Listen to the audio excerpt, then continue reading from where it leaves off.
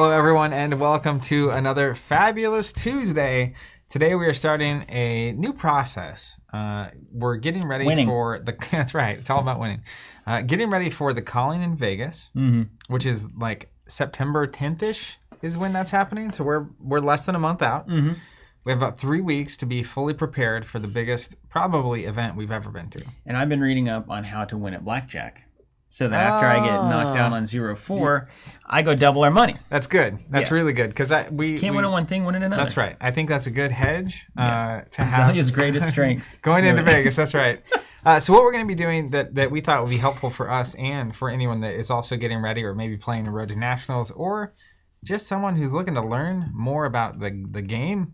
As we are, is week by week we're going to pick different heroes that are very popular right now. The hero I happen to pick is Chane. I think he's very meta-defining. And then playing that against other popular decks in the format so that we can see, we focus on very specific characters. So broaden our horizons a little bit. That's right. You gotta, this is, it's annoying. Well, it's annoying to me. Maybe some folks out there like it, but you really gotta play the heroes that are good that you're planning to play against with whatever you're planning to play against them better. Sure. Does that make sense? Did that even come out right? Well, it was like me playing Chane and Prism on stream the past couple of weeks was really helpful for when I was playing against Chane actually at an event. Like I went to Road to Nationals this weekend. First 3 rounds, I was fortunate. Got paired against Chane. Boom. Chane. Boom. Literally. I mean, 50% of the games you're probably getting paired against Chane at this point. And like you need to know their game plan going in because like when I started playing Dorinthia in the Gauntlet, I was like, oh right, Dorinthia a lot of times doesn't have a blue, doesn't have a go again card. So like when you just play against it, you remember all the things that are good about the deck. Yeah. But when you play it, you realize that a lot of times you've got some problematic hands, and so you got to recognize that in your opponent. Particularly for Dory, she has a lot of hands where she doesn't have what she needs, as you mentioned, and so like when you play as Dory, you start to see what it looks like when you don't have. Yep. Like the kind of behavior that happens. A lot of sweating. Yeah. Well, I mean, even just like they swing a 3 sword and haven't given it go again. Yeah. And it's like, well, for this turn to do anything, step 1 is you're going to have to give it go again. Good luck. So guess what? Don't block. Yeah. Because if they have Glint, which is one of the key ways to give it go again on the fly like that, it's only bad if you block. You lose. You just lose. You take the 3 damage and move on. In a close game of Flesh and Blood, making that decision, you will lose the game. Real quick, check on audio, check on video. Hey, here we are. I cut some of the gain out just a little bit that we were adding at the very end of the mix. So let me know if it sounds correct and leveled in what your expectations are for YouTube or Twitch streams. And then secondarily, we actually have, we've got these finished designs for our majestic dice boards. Check these out. Patent pending, trademark pending. That's right. Look just stunning on the stream, don't they? But we're trying to decide between dice types / dice colors. You gotta get some light in there. And I don't know if you guys can see this. Yeah, but zoom look in. At that. I'll zoom it in. It's the reflection that you got to see. It's hard to pick that up on the camera. I'm not gonna adjust my my focus because it's gonna be too annoying to adjust back. Here, let me go back down. Oh, wrong direction. Well, yeah, you can still. I mean, it's still focused. No, you're good. Enough. Just getting the light. See it? Yeah. Now, the problem is we've got 2 different dice. Now, one of these dice types is great because it looks like it fits the board perfectly, but our concern is that like even on camera, it's not quite as readable. Which one is which? Now, you can use any dice you want, of course. We just... Yeah, we're trying to find a brick of dice that would be good with it, particularly. Brad's saying those look incredible. Ryan says cold foil boards. Yeah, we're calling them Battle Worn, actually. That's right. This is the Battle Worn edition. That's what we're going with for all of our initial run. Battle Worn edition, which makes sense because there's probably going to be other editions of the board. Yeah, you wouldn't... That wouldn't be surprising. Yeah. But yeah, it does have a nice gleam to it. It's shiny. Almost shiny. But you think, like, if you're watching a stream, right, it's got to be easier to see... Put these on the table. I mean, even from here, I can tell, right? I mean... I think this one kind of disappears. Is there a notable difference for you guys between these 2 dice? Yeah. One of them is the one I want for theme and aesthetic reasons. Yeah. But if it's easier enough to read across the table, I think. Yeah. But on a stream and on video, which we will be using them a lot. Maybe not. So if it's this one, this is number 1 and this is number 2, you know? Wyatt says it has a nice glint Number to 1, it. number 2. Yeah, it's crazy. It really is kind of a cold foiling James Armstrong saying the right is clearer. Yeah. Right on the screen is this one, yeah. They're white pips versus like silvery pips. Yeah. So the silvery looks nice with the board, but it's less contrast, of course, because white is the most contrast to it. I think we'll probably go with black anyway. So I'm going to pull these out. I'm going to use these today. We'll both use the same dice today. Clear pips. These dice have a nice feel, don't they? Probably because they're new. You ever heard of this company Chessex before? This is probably a 20-year-old die. Yeah, and it's like boring green. I mean it's green? fine. I'm glad that you're happy with it, but it is just green. It's like a weird green. It's like a golf green, you know, not exactly evocative. It's just green. It's just green. Green. Yeah, that's what we call the color. It's green. Yeah, it's weird. All right, I'm gonna zoom out here. How's everybody That's doing? what the guy told me when he sold it to me. These are green. These are green dice. This is the green skew. So all that to say, by no means are we experts at this game, but we are learning. And I've been playing a lot of events. So cool getting to go out and actually play in these events and learning so much from the various matches and the different heroes and the conversations in between. So if you have any thoughts on something we're doing here that we could do better at, particularly in the way we're playing, that would be great to have, especially for any Chane savants out there. Munchop wanted to see the boards without dice, so here you go. And let me pull up the meta tracker. Actually, got to get a light on it so you guys can 9. actually see it. What is that called? What's the name of that in production spreadsheet?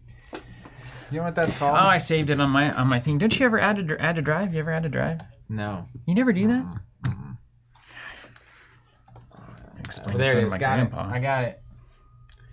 I want to talk about the meta real quick. Let's. This is the new stats after the weekend. Tower number 9 putting this together. I'm gonna move these over. That way we just know what we're getting into here. All right. Whoa, Tyler White, first tournament with Bravo, went 3-0. Nice, congratulations. Yeah, I was telling Zach, I think Bravo is the easiest hero in the world to play, and anyone who plays him probably just gonna win. You haven't played as Chane yet. That's why we're here.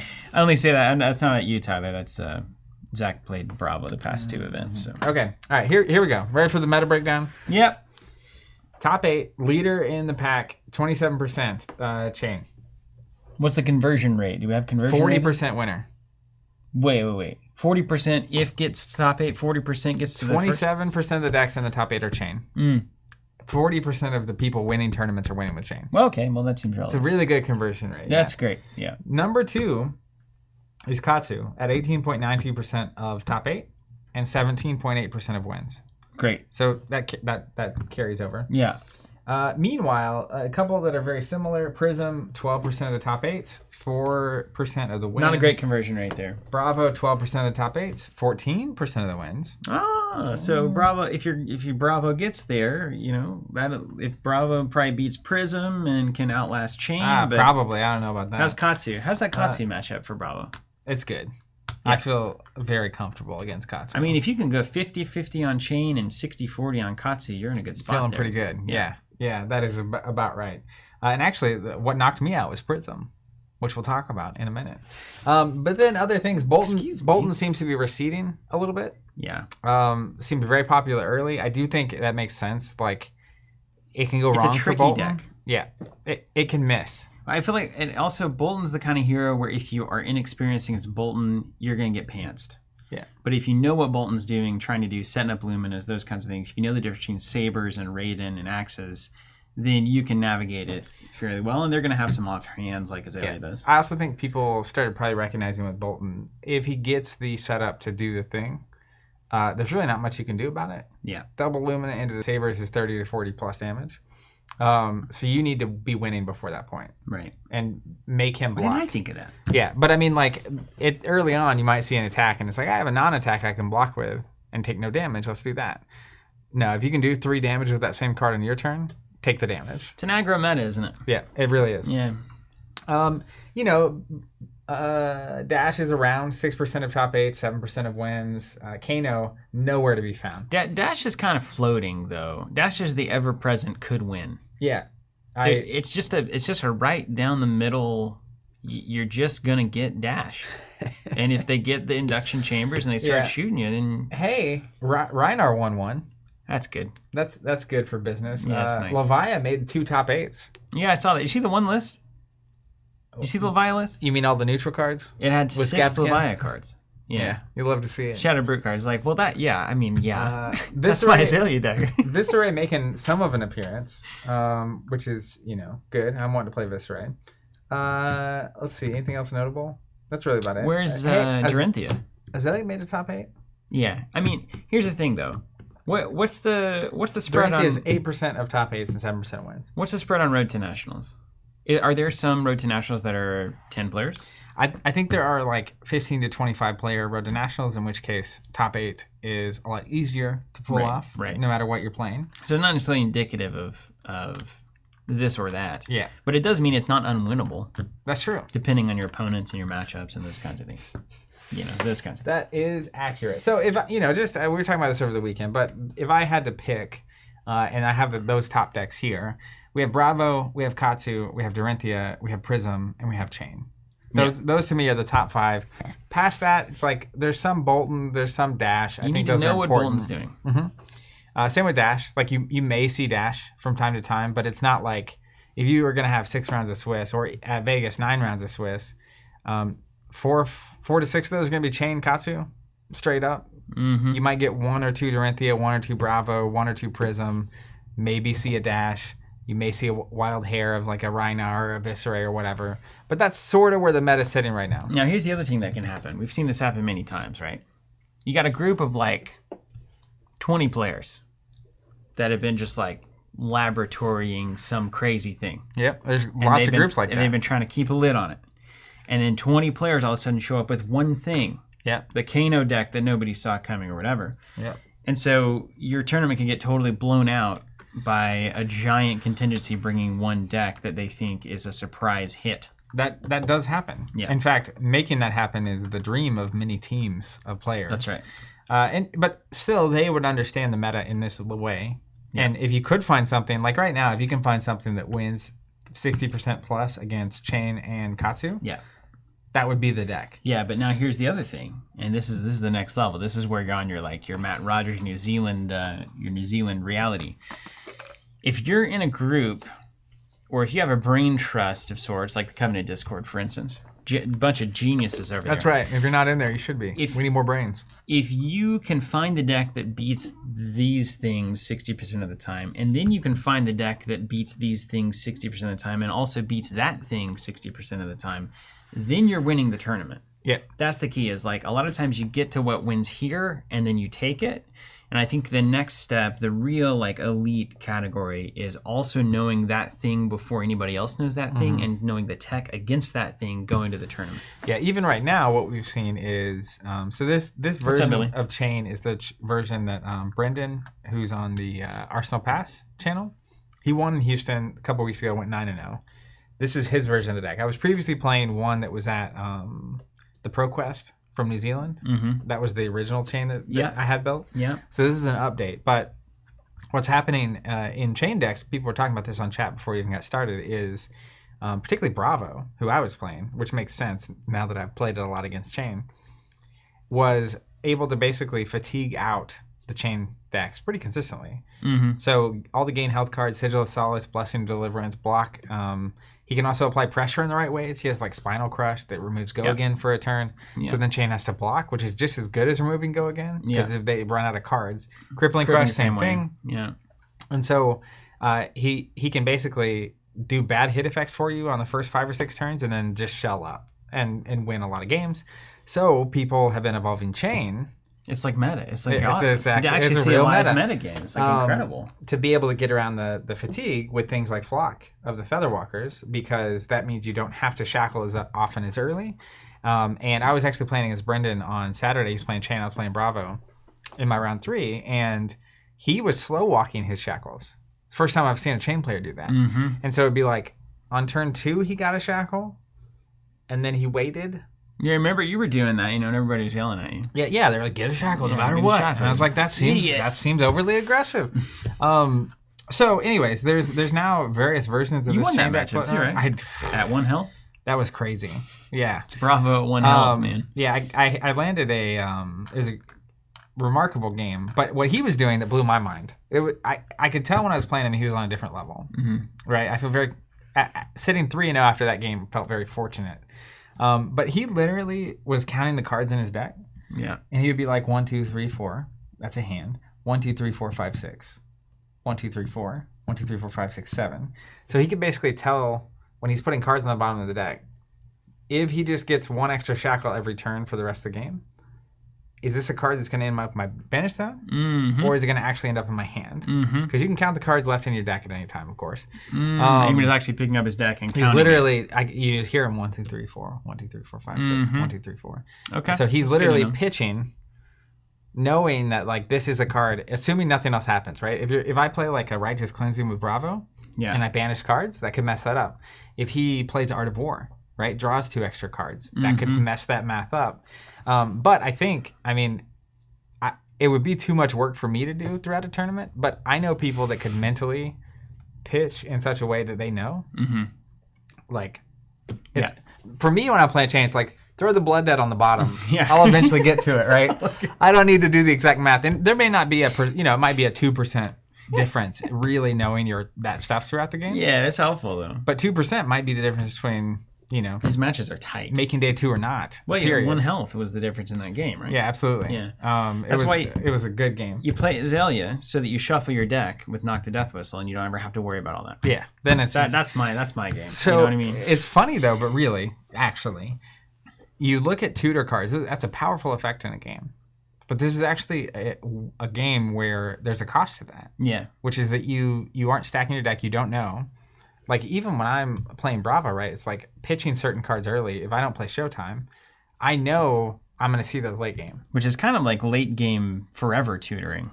Yes. Because you're tutoring later. For later, rather. You're That's putting right. It down Now, sometimes you don't even get to that point. Yeah.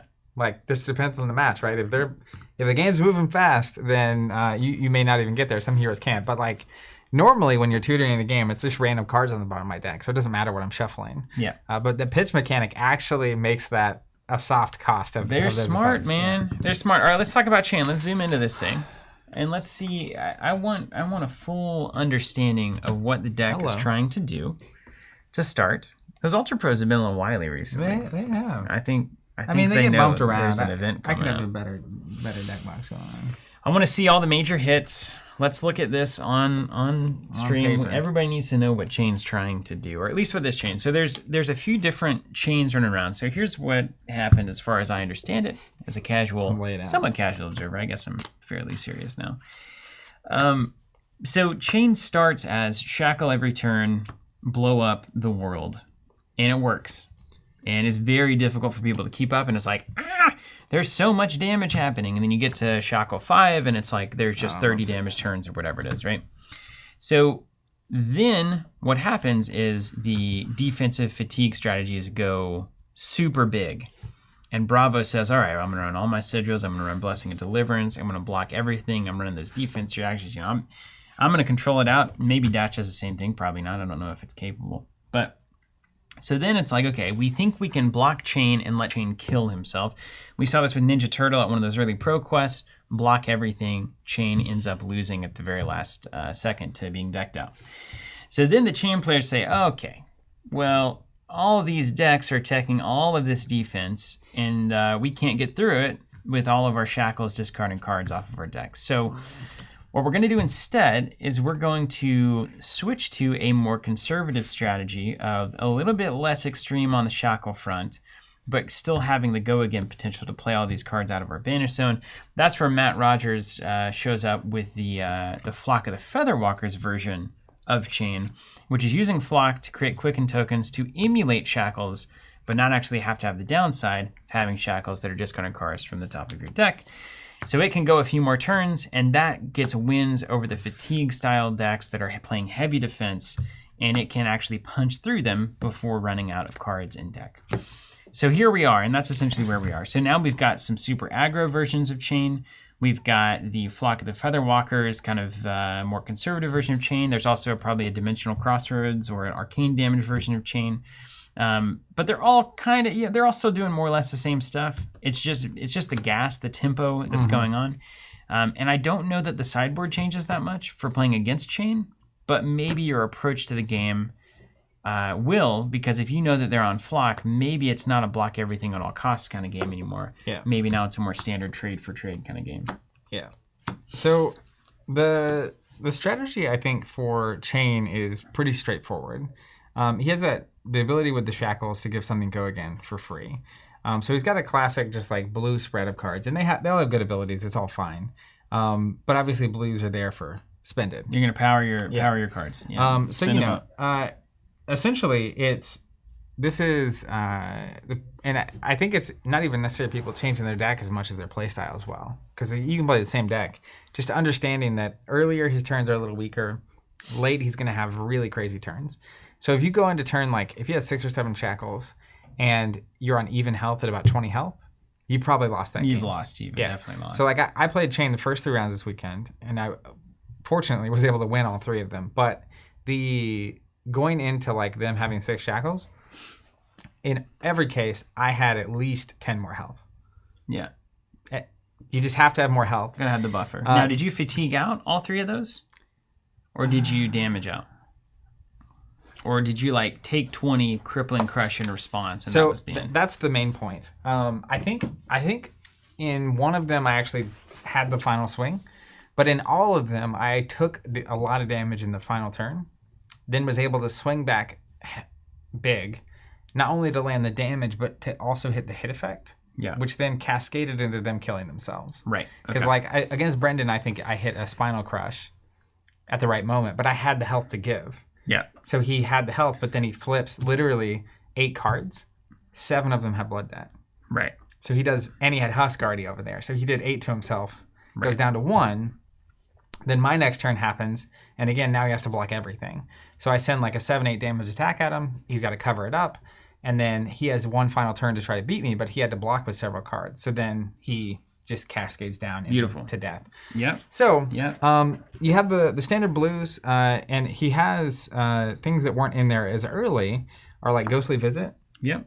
Which is a solid 1 for 4. Yeah. Rip Through Reality, which is a way to penalize people just taking the arcane damage. And a lot of times what will happen is this: if you see this in Banish Zone, and they use like Grasp of Arknight to create a rune chant, you really can't take the 1. Yeah. Because letting them go an extra attack wide is usually a problem. And so like then you have to pitch, and if you're going to pitch, you may as well pitch a yellow or a blue. Yeah. But then if they only ever end up doing the 1 arcane damage, you just blocked 1 damage with the card. So your choice is either take 1 and let them have an extra attack, or block one with a card, which is a bad choice. Or, that's where you think about turns where you have defense reactions that cost money. Like, if I'm gonna pitch a blue, I've got 1. Like for me with Ranger Feign Death comes to mind, right? I'm gonna block that 1 arcane, and then I've got 2 floating. Well, now this card is more playable, so you can design your sideboard around those kinds of realities. And thinking about the fact that a lot of times you're going to have those 2 floating on their turn. Yeah, is actually super relevant. Yeah. Another Bounding Demagon red that's always been in the stack. Seeds, all 3 versions, that's always in the stack. Riftbind, this is how they set up some really big endgame states. So we've got Rip Through and Bounding Demagon are just pretty much standard. These are just attacks you play from Banish Zone that just do damage. Yeah. Now, worth noting that Bounding can only be played if they play a non-attack action. Yeah, and it is +1 if they have or something? If they have, yeah. So Bounding Demagon is what? How much is it? 5 damage, 4 damage? 0 for 3 damage. Yeah. That goes to 4. Yeah. If you played a non-attack action. Of course, you can play it from your hand no matter what, but you can only play it from Banish if you play a non-attack. So Bounding is essentially like a Scar at this point. Yep. It doesn't have Go Again, though, does it? Nope. Okay, not so it's like a worse Scar. It is. I'm not scared yet. But it does block for 3, so, that whole thing. Then Rip Through Reality is 2 cost for 4 that gains Go Again if you've done arcane damage. Okay. Yeah. Right? And Ghostly Visit is just Ghostly Visit. Yeah. But Riftbind's a lot of time where the magic will happen. So everybody's scared of. This is the attack you want late. You want to have played a lot of non-attack actions. And I've had turns that went out of control against me where it's like +5 or 6, and also they're playing 2 or 3 Riftbinds. So then it's like a 25-30 damage turn. So yeah, another important card. And a lot of people are attacking in Snag for Riftbind. That's the whole point of snag. If you see snag in a deck, that's what people are trying to do. Limited success, I would say, with that strategy. And then also Chains of Eminence, calling Riftbind, or as you mentioned, Seeds. Seeds is your resources, and it's also just adding arcane to stuff. Easily playable non-attack from Banish. Yeah. And just a good call as well. You know, Seeds is tough. I think the deck makes you pay for that with Rip Through Reality, and then it does include blue Meet and Greet, which I like a lot. So Meet and Greet is fine as a blue. They're blocks for 3. But then if late game, if it does have a free go again, it also has the on-hit effect that creates another rune chant. Yeah. So she's giving you more different instances of damage that get tough to block. Another card that I think is actually weirdly critical at this point is Unhallowed Rites. So this has red and blue in it. Block for 3, fine. You can play it from your Banish Zone, has Blood Debt. But most importantly, you put a non-attack action card with Blood Debt on the bottom of your deck from your graveyard. So this is 6 instances when you go through a deck of put a card back on the bottom. So it extends your game against fatigue. That might be in an extra turn. Yeah. Which for Chane could be like 10 to 20 damage. Yeah. Which is crazy. Okay. So that card's really relevant. Also, I think there are two cards in particular. It's Art of War and then Soul Reaping. Soul Reaping, man. Those two cards makes me want to turn this table upside down. I think if a Chane player sees any two of these in a game, their odds probably go up 10 to 15%. Like in the same hand? Just generally. Throughout the course of the game. So sometimes they just banish these randomly. Yeah. And it's like, great. Yeah. And they might have Art of War on a turn that's kind of awkward. And they just sit on it for a minute. But then the recognition is if they can successfully play both of these, I think their odds just go up a lot. Like in games where they hit 2 or 3 Art of Wars, there are some games with Chane where it almost is unwinnable. Remember that Devastation game with Jason where he literally stacked his deck perfectly to have the most insane Chane deck turn imaginable? And just dunked. Yeah. Yeah. Definitely was random, right? Definitely was a random draw of cards. It was not perfect. Definitely wasn't odds. Pre-planned to be the craziest thing imaginable in Flesh and Blood. Yeah. Another include I like that wasn't in the previous version I was playing is Plunder Run, of course. One of my favorite cards, blue and red. And so this is hyper relevant because early on it's just gas, right? It's extra attack, and the blue just gets to pitch. But Chane doesn't have a ton of hit effects that are like hyper relevant. So a lot of times it's just damage. But this is just a horrible thing to do because he's going to go so wide that blocking the first attack feels like an auto, just like. Because Plunder Run 6 around. Yeah. So the plus is only on the first attack, but the draw a card is any attack that hits that turn, the first attack that hits. So many times this flips, they get +3 and they swing like for 7. And it's like, well, if I cover it up, they don't have the card. And is the card going to be what lets them have a crazy turn if they have it right now? Like, are they missing the resources or are they missing the tool? And it's kind of this catch-22 because if you don't block now, they get the card.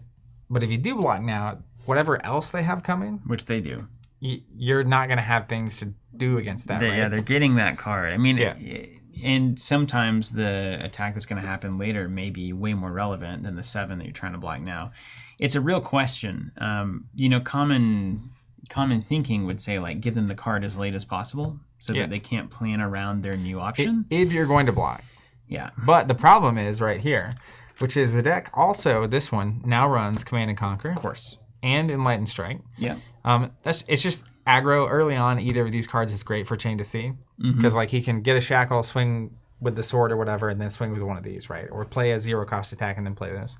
So it's the kind of thing where like if you cover up the Plunder Run attack first, they don't get the card, and then they're like, all right, Command and Conquer. That just is horrible because they get the card draw still off Command and Conquer, and if this hits, you're losing your arsenal. Yeah. That's just how you lose a game. It's a big old turnaround. Yeah, straight up. Yeah, the classic turnaround. Then continuing down the list of useful tools here, Shadow Puppetry in the deck. That's like Shadow Puppetry Command and Conquer is one of the greatest 2-card combos in baseball. Yes, it is. Going to 7, super relevant. No one wants that hit effect. Giving Command and Conquer go again, disgusting. Like, it's just disgusting. That's why the Leviathan deck works. Yeah. So those 2 cards, okay, great. Proud of the deck. Then also Howl from Beyond, red, which is a totally fine pump. It's a 2 for +4 on Riftbind. It's also a non-attack action, so that's going to let you play a ton of your attacks. Combined with Plunder Run is the worst. Yeah. It's like now you're on like a 9 or 10 damage attack I don't care about. I'm going to let it hit, and you're going to definitely draw the card. Yeah. Tons of damage. You see it all. Don't like that. What's What's his birthday cake up to? I've not seen this in Chane, really. I'm pretty sure he wouldn't say on the. I watched a video of Brendan talking about this deck. This is literally just for the Prism match. Okay, that makes sense. It's a totally fine yellow that blocks for 3. We've all been there, haven't we? Yeah, that just like will surprise them because every Prism player, I've learned a lot about Prism as well. Now having gotten knocked out of the tournament to Prism, and I genuinely think that most Prism decks they have their 12 sideboard slots, and it's either I'm going to bring 12 auras in and take 12 heralds out, or I'm going to load up on heralds. It's one or the other. So against Chane, they load up on heralds because he's got a ton of attacks. If you're doing the aura route, he can like attack, and finish the last attack over at the aura. That's not efficient enough. He can divide his damage. He also has all the like weird arcane damage to take care of spectral shields that you don't want to have to pay for. Yeah. So they go straight blitz, right? They're doing the heralds that have go again using the stuff, and he doesn't want to block them. Not at all. But you got to block that erudition. Eventually, you've got to start blocking. Especially if you get the Divinity Library thing going on. Then there's some other classic pieces here. We have Shadow Averser. That's easily one of the best cards in the Chane deck, in my opinion. It's blue. It blocks for 3. You can play it and banish a card to give it go again, so it lets you have really wide turns. It also lets you get things in the banish zone that you want to have in the banish zone. Some of those abilities only trigger while they're in the banish zone. Like that card a lot. Vexing Malice. This is a card for guaranteeing arcane damage. Tons of people are on a single arcane barrier at this point. Yeah. That's why Kano's interesting. When he knows they can only ever block 1, he can get pretty crazy.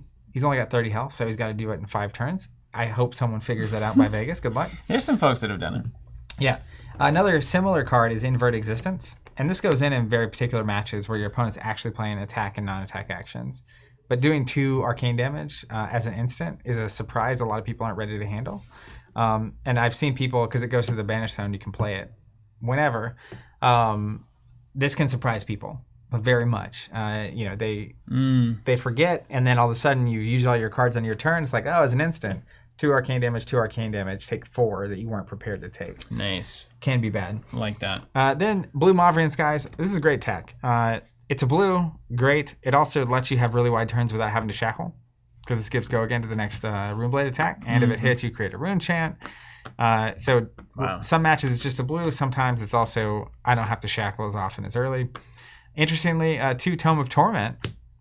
Yeah, of course. You got to draw.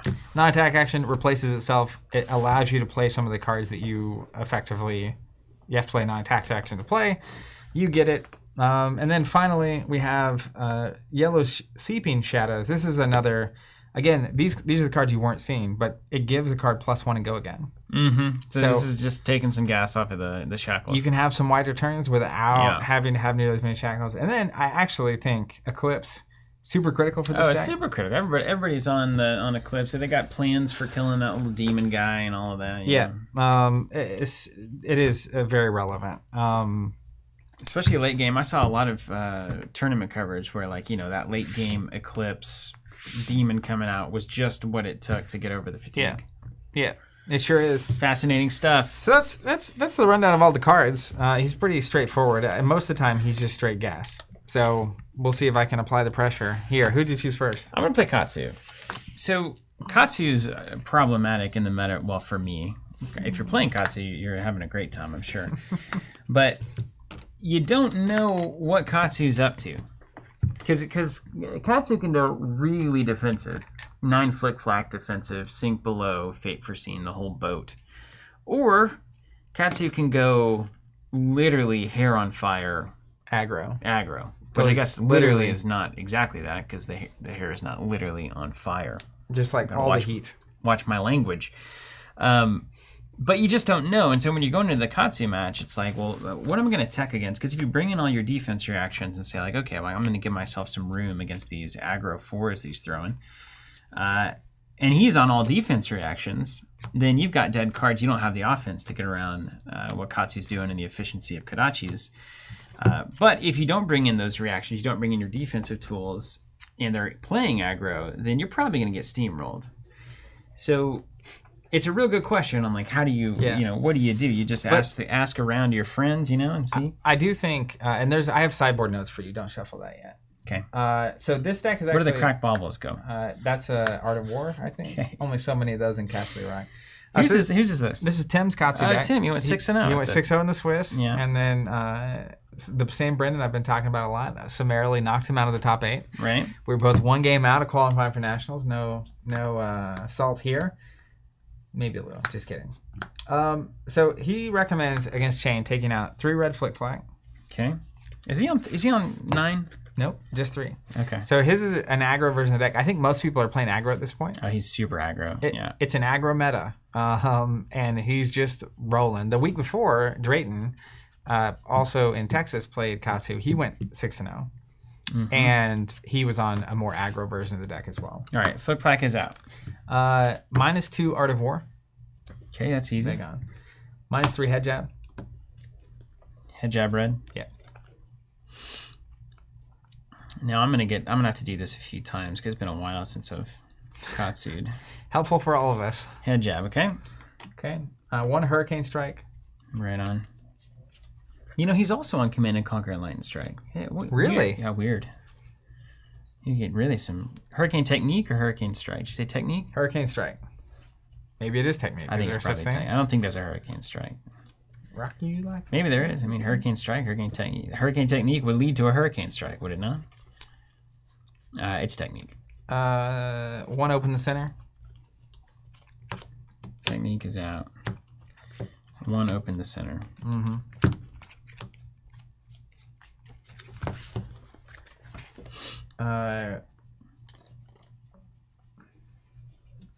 We don't want to open the center against Chane? Open the side, maybe? It's not even funny. Open the center. Okay? So the head jab combo is basically coming out. That's what we're looking at here. Head jab's out. Open the center's out. See ya. 1 Fluster Fist, 2 Nourishing Emptiness. 1 Fluster, 2 Nourishing. 1 Fluster, 2 Nourishing. Yep, Nourishing out. 1 Fluster Fist is out. Wow, yeah. This is you can tell this is good. Okay, so quick review Of Katsu. on Katsu here. Yeah.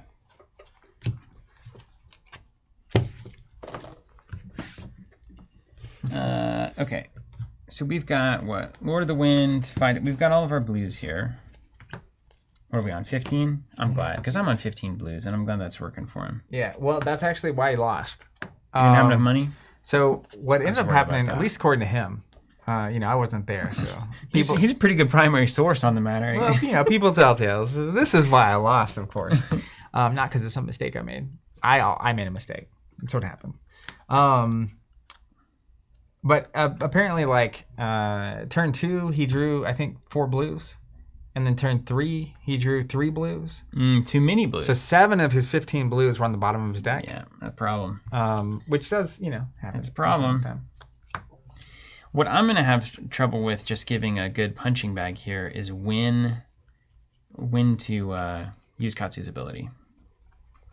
The main thing we're looking for is whelming, right? Everybody's like just crazy about whelming Gust Wave. That's what I know about Katsu so far.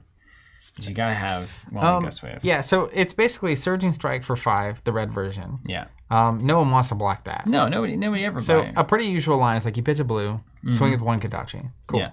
Then you pay 2, the 2 floating, to Surging for 5. Mm-hmm. And a couple things happen. No one wants to block the first Kodachi.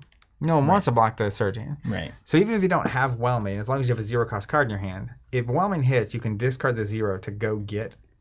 If Surging hits, you can go get whelming. Yeah.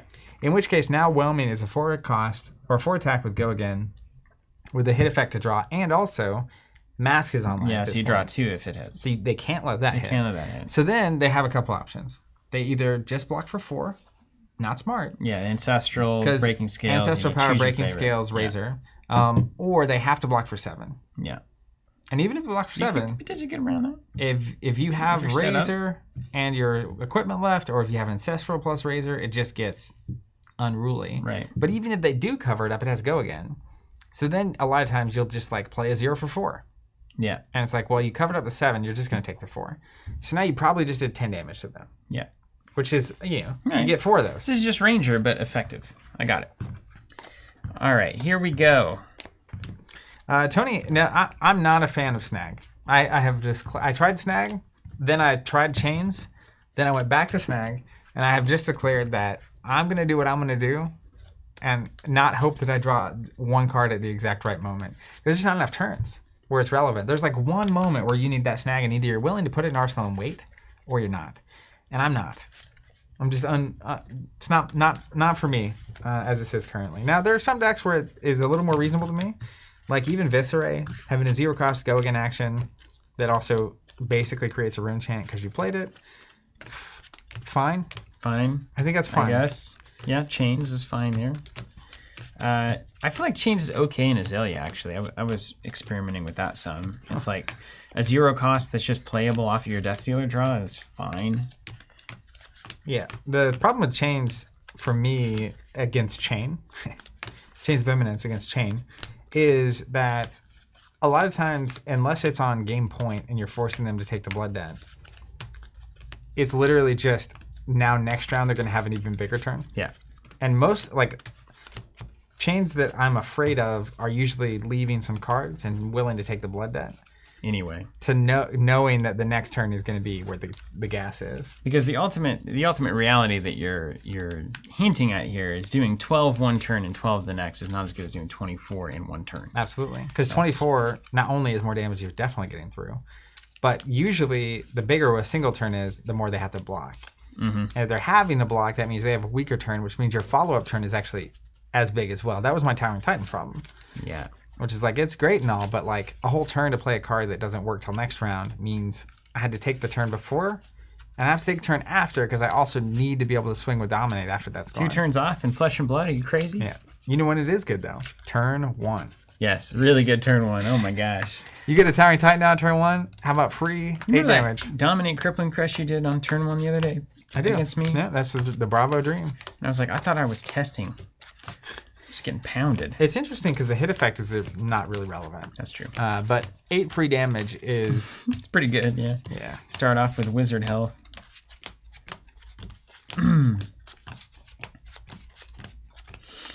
William asking, what about Snag versus Dory? So Snag only works on attack actions.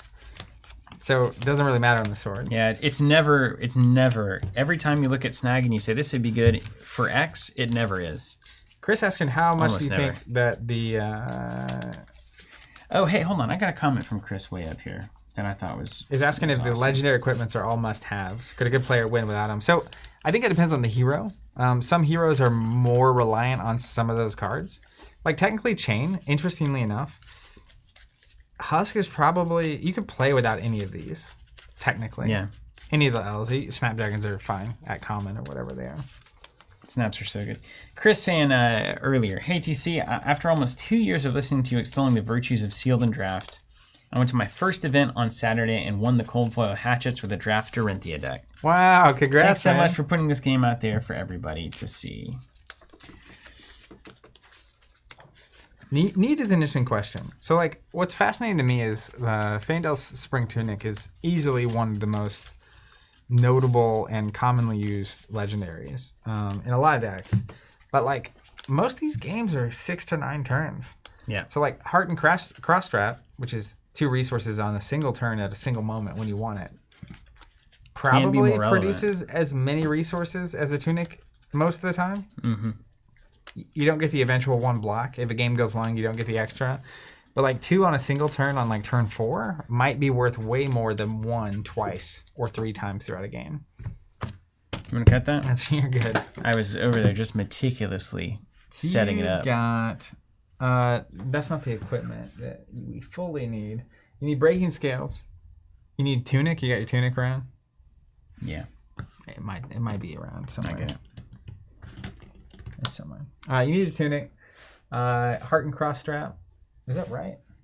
Yeah, a lot of Katsus are running that these days. What, well, you can't do tunic and cross strap unless he's got a bandolier for what deck are you playing that against? Clothing.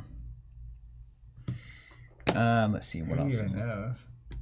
Mask. We're on Mask. I think he's running Mask, right? Definitely Mask. You got to get the Snapdragons in, which I think are in your Azalea deck too. Snappies. Yeah, I'm telling you, it's just Azalea, but consistent. Got him. I just love it. I love playing things I hate. Breeze Harder Boots. It is part of your... Nope. Snaps. That's right. You just said that. It is part of your Snap Tunic is persona. what we're after here. Does he have any weird one cost in the sideboard that would necessitate Tunic over Cross Strap? Because like you got Open Center, Nourishing Emptiness. These are the kind of cards that you maybe would run Cross Strap for if you're looking for a reason it's in the sideboard. I'm a big city lawyer. Yeah, I don't know. He could run Skullbone Cross Strap instead. And opt. We're not going 40,000 leagues under the sea today. Yeah, he didn't know when and where he might use either of those pieces of equipment. So he was using Tunic against Chains. Against Chain decks. And he did fine. I think the free money. And Because like Snaps is free money too. And it's you can get your money faster. Because you might go, like you said, 5-6 turns before the game's kind of decided on this. Drayton's saying cross strap versus chain, 100%. All right, Let's do cross strap. Pull the tunic out. There we go. Legendaries be gone. Minus mass one. Where's the cross strap? You have one? Yeah, sure. Don't you know? I might have to. I'm gonna cross. No, I'm not gonna cross strap Azalea. That's crazy. I think tunic is too appropriate. Brendan's hand. Tim is using cross trap against Chain. So there we go.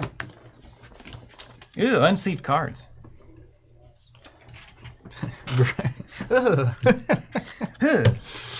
Oh man. All right, so I'm going to give you a 60% effectiveness Katsu, and then a 75, and by the end of it, I'll be at 100. I'm sure. Now you're going to jam against Tim this weekend, so that'll be good learning for you now. Yeah. To understand it a little better. And I played Prism a couple weeks on stream, and it was so helpful to have playing against it. Crazy. I'll use these for my equipment. You know, this beautiful green you love. I'll keep this over here. Well, we can mirror. Nathan, this is Aggro Katsu. All right. Even Steven? Yeah. It's on. I guess I'll go first. Is that correct? Is that what you do? Yeah. Absolutely.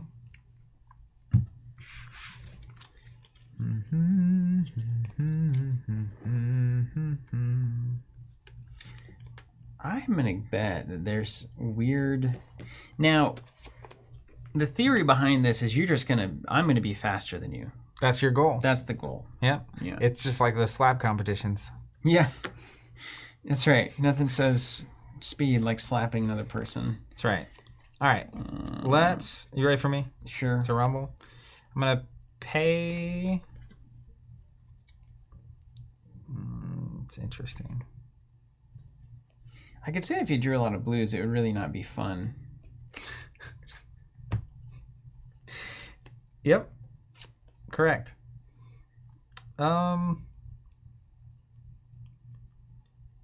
Let's do this. I'm going to shackle. I'm going to pay 2 and swing the sword for 1. If it hits, it creates rune chant. That's annoying. Am I supposed to block that? Yeah, definitely. Don't take damage on turn 1. I have become completely unattached to my opening hand. It's interesting because we've got Megiddo Release, Lord of the Wind, that kind of stuff. You know? Worth knowing, you can't Lord of the Wind right and bounce the stuff until a lot of that stuff is in your discard pile. Yeah. I didn't know that till very recently.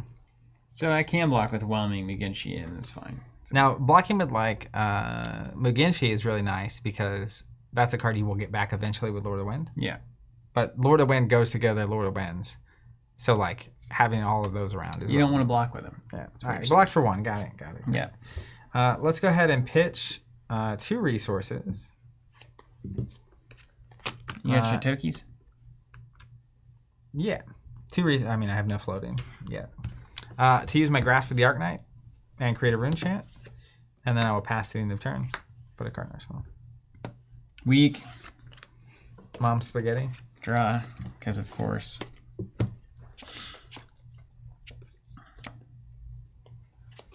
Okay. Let's learn Katsu. Why do I just don't have any space? I'm gonna put it down here. And you don't even have our faces on top of your board. Nope. No faces. All right, well, let's pitch this Lord of Wind here.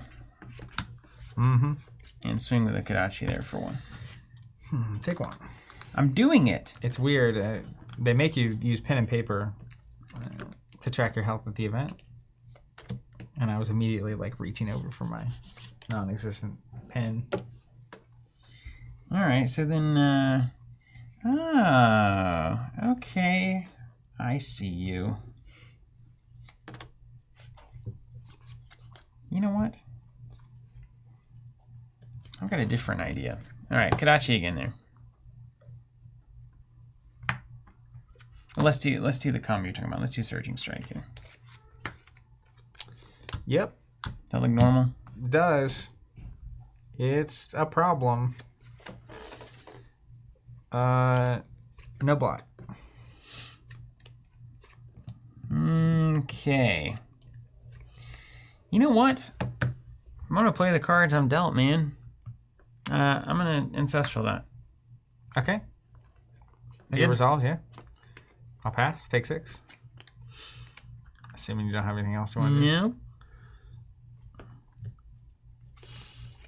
No. Let's pitch Kadachi. No block. Okay. And then I should probably Arsenal this. But am I aggro? Am I just supposed to just slap you until... I would. Slapping? All right, me get your release there for 1. It's not going to do anything but 4 damage. I think that's totally fine. While I'm behind... Wait, this is Mask, yeah? No, it's only attack actions. All right. So if that hits, now you'll draw a card. That's worth doing. So now I've got to cover it up. That's worth it. So we'll block it with these lovely pieces of equipment. Okay, you did it. You did it. That's good. That's good too. Super Villain saying better line is probably to Katsu the Ancestral to go get the combo piece you need rather than drawing a card and 1 damage. Yep. So reasonable. Yeah. So then it would have been Whelming, which I would have had to block. But then if it had been Whelming, would you have had the resources to? You probably wouldn't have. I don't think so. All right. So these all are going to go under. See a 0. Yeah. See. Don't let it hit you on the way out, man. League of Blev, smell you later. All right, mine. Yeah. Shackle. It's a Riftbind yellow. It's active. I'm gonna do this. We're gonna go there. That's my banish. That's your banish? My gosh, tracking your board state is like... Where's it supposed to go? Here, hold on. Actually, these can go down here. So you mean zoom out? I can zoom out. No, that's perfect. There's my banish. All right. Let's play Blue Plunder Run from Arsenal. And then we will...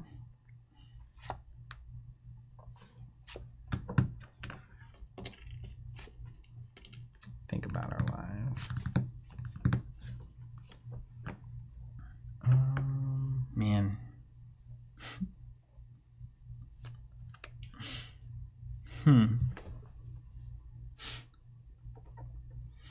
I can see play a Riftbind for, well, before that, Shackle. You can see how that deck wins. I can see how this could be this deck can have problems. It's similar to Azalea problems, which I'm very encouraged by. It's good to see. Yeah. You're not just totally, you know. Yeah. Doesn't have the armor either, kind of like Azalea. It has a little bit, but not much. All right, Riftbind coming at you. It's +1 because I played a non-attack. It's +1 from Plunder Run. It has Go again because I Shackled, and if it hits, I draw a card. Right. Okay. The question kind of becomes, you kind of want to use scales early so that you have the reaction on tap when you need it. You sure do. So I don't feel like this is a horrible time to use it. Oh, wait. And then 1 Rune Chance coming at you. Oh. Which I don't think you can do anything about. I don't have the barrier, do I? Yeah. All right, you got me. You're just taking it in the teeth. Yeah. Okay. Then, you know what? I'm going to do it. I'm going to... Maybe you don't have anything else, right? So let's do 3, 4 here. Oh, so you're taking the 1 first? Yeah, I did it already. Blocking for 4. Yeah. Okay.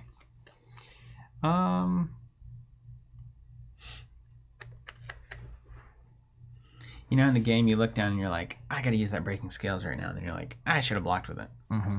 Yeah, just do it. I sure do. Let's pay 1 for a blue meet and greet. It has Go again. because it dealt an arcane damage. If it hits, it creates a rune chain. And I draw a card if it hits. Hello.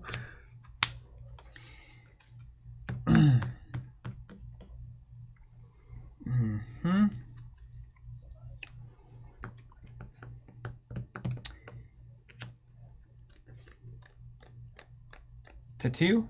2. Welcome to Flesh and Blood.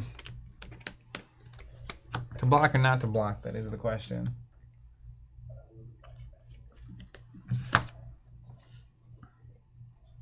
Well, I don't like it, but I think I'm supposed to block.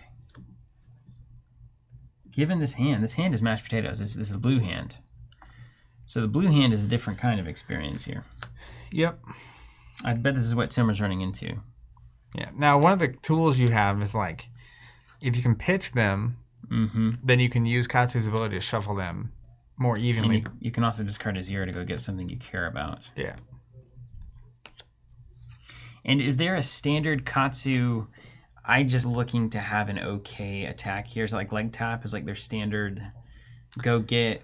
It's gonna be a combo. It depends on if you have resources or not. There's one that's just a 1 for 5. I think it's like Pounding Gale or something. Surging, Whelming, Mugenshi Release, Lord of the Wind is like the big line. Other than that, it's kind of just good attacks. Like leg tap, if you just need an attack that has go again. Head jab, it's a free attack that has go again, that kind of stuff. Right on.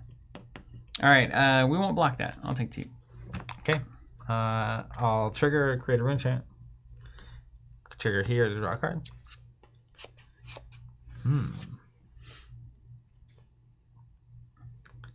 And then I will pass. Okay. This was the right decision. You guys have armor tokens, I think? Yeah. A How couple. many? I mean, I only have a few. I don't really need that many more. Okay. And the Whelmings get shuffled back in with the 1 card? The Whelmings and the other one? Yep. Well, let's do it then. All right, let's...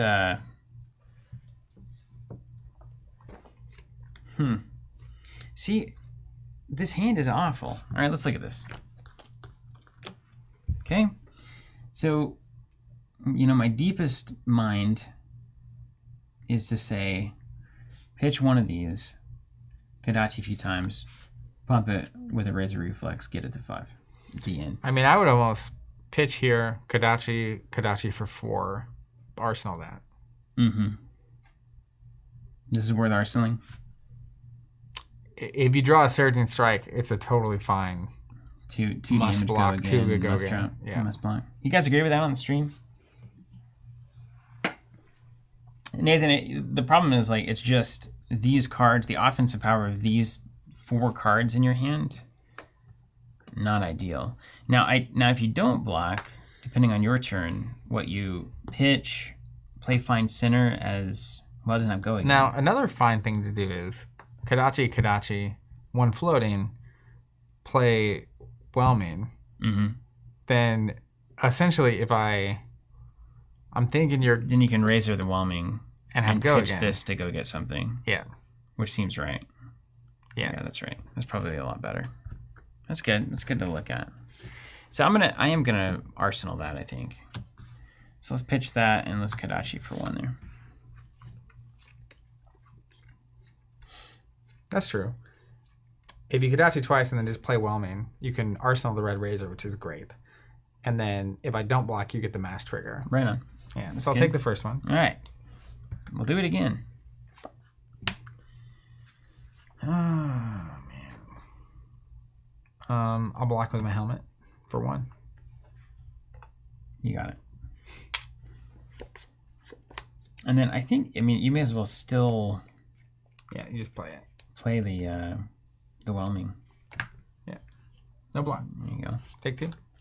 Take 2, and I'm going to arsenal the Razor, I think. Yeah, I think that's smart. I don't want to waste my 3 on that. I think it's smart. All right, over to me. Yeah. 2 blood debt. There goes the red plunder run. Why not? And a red riftbind. That's good. Good for business. And apparently I'm just supposed to not ever block. All right. Chain things. Ready?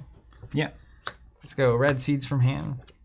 Red plunder run from arsenal. What'd you call them? Yeah. That's exactly right. Red seeds from hand? That's right. Pitch a blue to play this riftbind. It's 3 plus 1 for every 9 attack action. 5, 6, or 4, 5 plus 3. So it's an 8 total.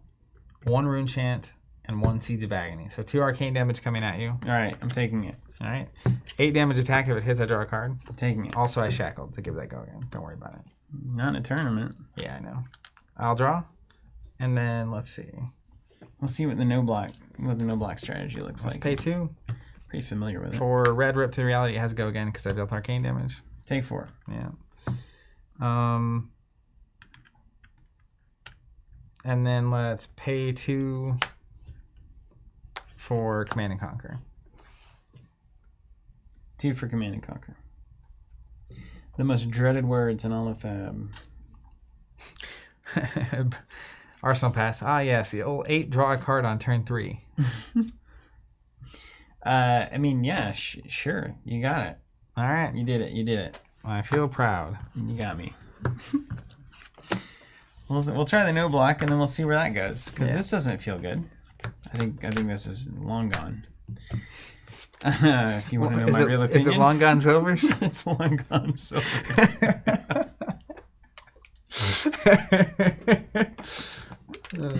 But the fun thing about this match is you can play it 82 You times can play in it an hour. real quick. All right, how about a Kadashi? What do you think about that? Take it. Right to the teeth. Okay. Brent, I need a deck check. Something about that Command and Conquer doesn't look right. How about 4 with the scar there? You got it. Take 4. All right. It's not that I mean, yeah. Paying 1 for a leg tap for 3. That's a yellow leg tap for those of you keeping track at home. Yeah. And hey, it's got that mask trigger online. The what trigger? Mask? Yeah, that's the mask one. Yeah. Mask it. Let's make you prove it.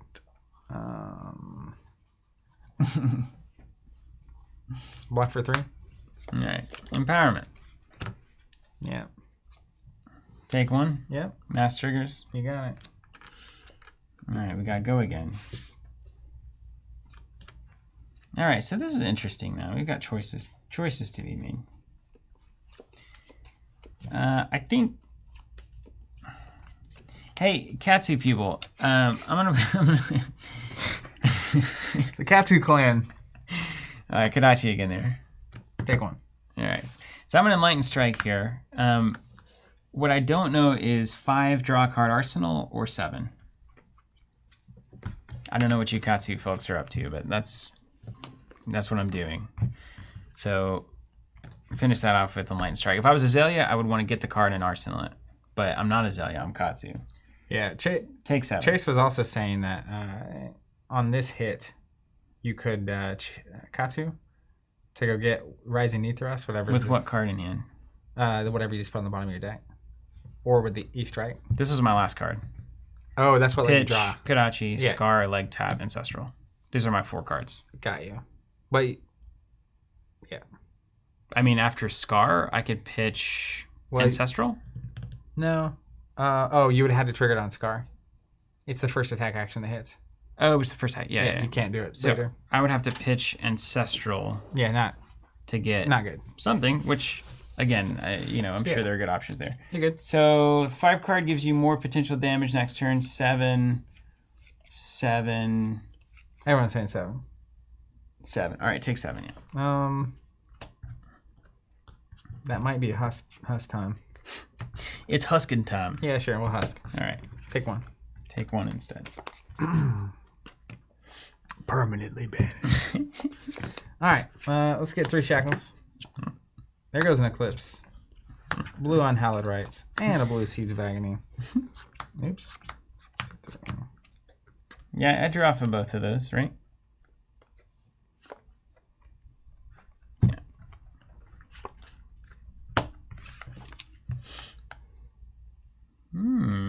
Okay. Let's play Blue Plunder Run from hand. Trying times. Let's pitch. Well, let's shackle.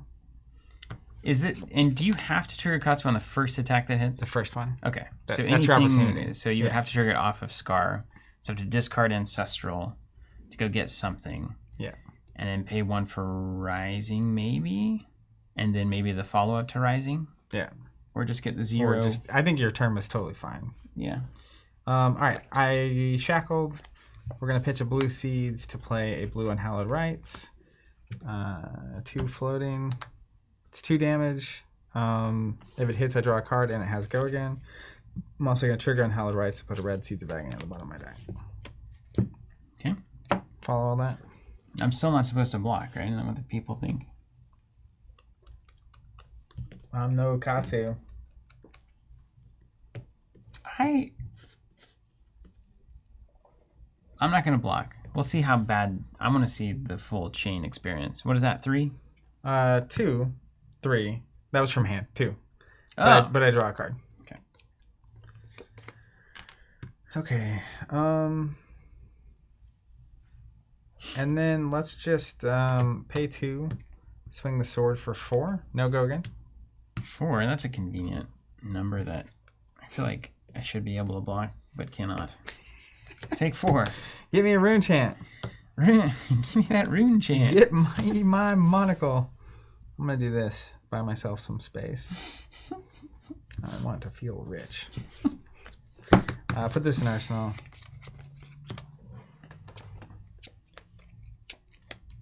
Over to you. Okay. So, look at all these 3s. This makes me like Azalea more, actually. Yeah. Another thing worth knowing is, so on the turn you were doing Katsu, your Ancestral Empowerment and your Mask let you draw? Well, no. It would have been on Scar. There it is. Yeah. Does not matter. Yeah. I mean, anything I could have played, I'd have to get rid of Ancestral on the Scar hit. Yeah. Period. Unless you'd play the leg tap first. Yeah, could play the leg tap first. And then if I let it hit, you can Ancestral. You don't get the Mask. But you don't want the 3 in the middle, right? Well, I think it's like you're trading Scar for the follow-up to leg tap. So you leg tap Ancestral and then discard the Scar for the follow-up? There it is. Okay, that's probably better. Yeah. I feel it. Yeah. This is what these games are for, though. Yeah, the whole like search for anything in your deck stuff is like, oh, great. Oh, yeah. I take 2 blood debt. Here we go. I'm setting up. We're going to the moon. Okay. Now, you're just not going to block anything, I think, is the key here. Yeah. Can you do 19 or not? Well, let's try. Got you for 1. Take it. All right. All right.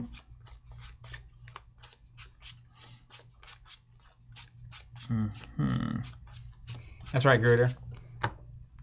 Going to the moon. Give me my space helmet. Your equipment look like. Hey, Azalea's built for going to the moon. Oh yeah, yeah. We got that astronaut hat on. Well, there's that card even. It's crazy. I don't know what they're up to, man. That's something else. You know what? Actually, if we get a lore book that has stuff from those heroes, I can't wait to find out what the story behind that helmet. If you're out there, Legend Story, please deliver that. There's a series of, series of just interesting choices here. You ready to have a total eclipse of the heart here? What did I put? Oh, that's what I put down there. All right, let me show you some stuff here. Let's do a Rising Neuthrust right there. 0 for 3. I could do the blue version if you'd rather. No, it's okay. And it doesn't have go again. So this is Snap City. Yeah, I gotta snap that. I don't have any. No block. Okay. Okay. Yeah, let's go ahead and snap that in. All right. And then I'm gonna react with Katsu. I'm gonna discard this Plunder Run. I discard and then go get any card with combo. Yep. Combo breaker. And the card with combo I'm looking for here is... Couldn't tell you. Is it the follow-up to Rise and Aetherust? No, that is the follow-up. Is there like a blackout There kick? might be a third layer to that chain. I don't know. Is there a blackout kick or not? Gruder Eclipse doesn't have Blood Debt, but I have a Seeds and a Carrion Husk. I just leave an Eclipse there because I can play it. Strictly against tournament rules. None of these cards are good. Just a heap of ninja cards that Tim somehow beat a bunch of people with. What is Chris says probably Hurricane Technique. I think we cut that. Didn't we cut that? I don't have a Hurricane Technique. It's gone. It's gone. All right, so I guess why use? I mean, I gotta use Katsu for something here. I mean, you don't have to, but you could also just go get a cheap, good attack this ninja. That's what I'm looking for. You don't have like what's the name of that? Whelming 0 for 3. No, that's not what you want. Surging Strike's fine. 2 for 5 with It's not Gogan. combo though, is it? Oh, that's right. It's the base. Yeah. So Someone's saying Fluster for 4. don't have Fluster. You cut it. You're not supposed to. McGinty, there you go. That's a 1 for 4. That you can get back with Lord of the Wind. That's fine. That's 4 damage there. Okay. Pounding Gale, 1 for 5. And the pounding isn't in you. I love Pounding Gale. Yeah. But he got Hurricane Technique in this match for some reason. I don't know, man. He's 6-0. He's the guy 6-0. I'm not gonna argue with him. I mean, he played the deck. Too big to fail. Too big to fail. That's right. All right, so let's McGinty here. Game looks good on the table. Yeah, it really does, doesn't it? There you go. Have a McGinty there for a mask moment. For 4. For 4. That's right. That's the right number. No blind. Take 4. All right, mask is gonna do the thing. Yeah, draw a card. I don't have a way to give that go again, do I? That's why I took 4. I mean, there's no way to do it. I mean, unless you have Red Razor I don't. hanging around. I don't. Did you want a Kadachi first or the other Kadachi? Sure, we'll Kadachi it first. Yeah, you can Take it. You can take it like. All right, let's do that then. All right. Well, man, this What up, is Jim? just awful. We're going to have to try it again. Yeah. All right, Okay, we gotta got figure out what these lines 4 are. shackles coming at us. Blue Vexu Malice, doesn't matter. Ooh, red Unhallowed Rites, let's go. And Light Strike, doesn't matter. Command and Conquer, all right. Max, I drew 2 last turn. Not the best of Blood Debt situations. All right, well. Now this is a hand that you want. This is a good hand. Yeah, but now you're not going to It's a keep little too it. late, yeah. You're going to have to blind. All right, let's start where all good things start. Let's play Art of War. I'm going to pitch a blue, 2 floating.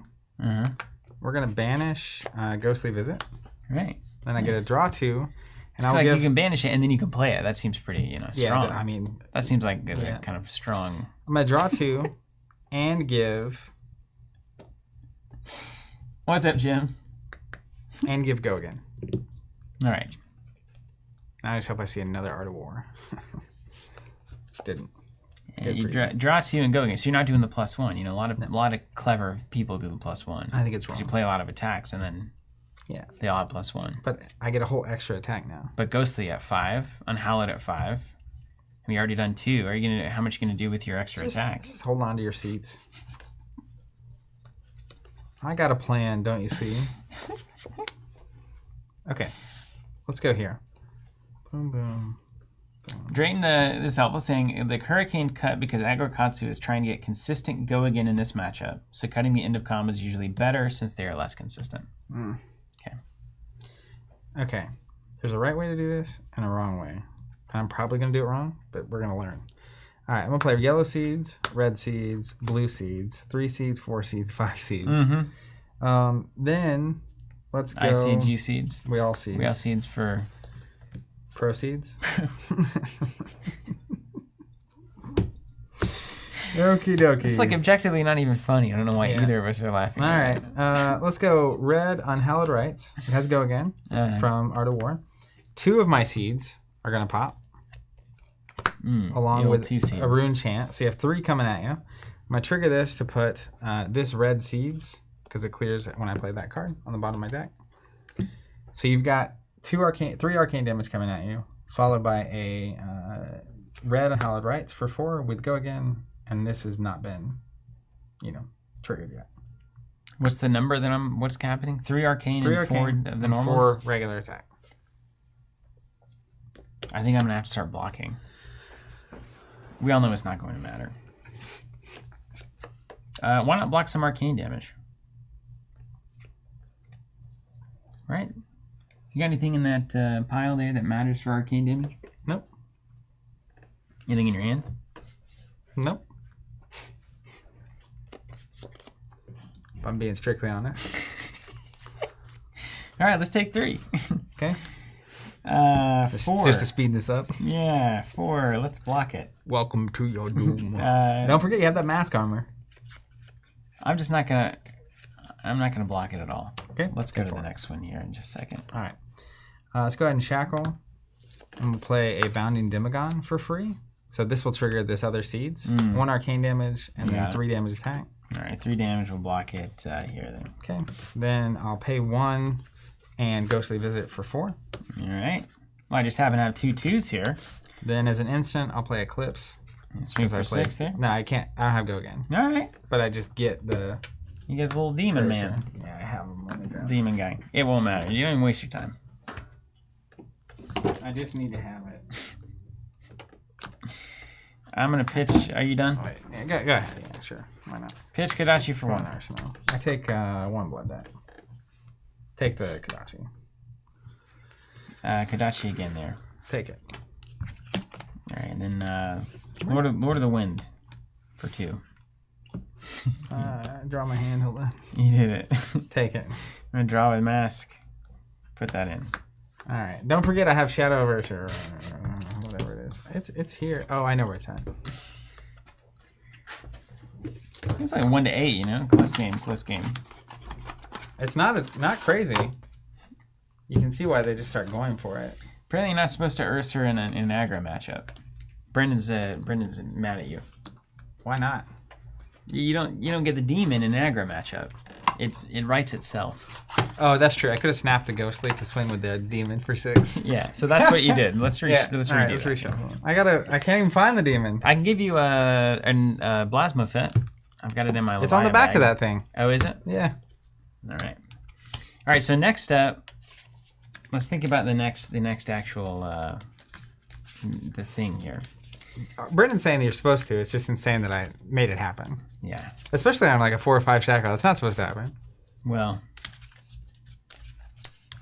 this was only just a little bit off of the best Katsu play that you're going to see. He said shackle with 5, put in Ursa is just insane. All right, so next up. Maybe you're just playing it wrong. Play Katsu better.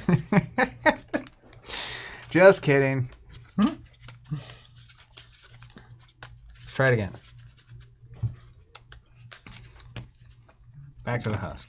Okay. Snap back to the husk. Really glad that they gave Chane, just access to a free 6 block. Feels good. The main thing was he also gets that 6 damage attack that actually makes him money.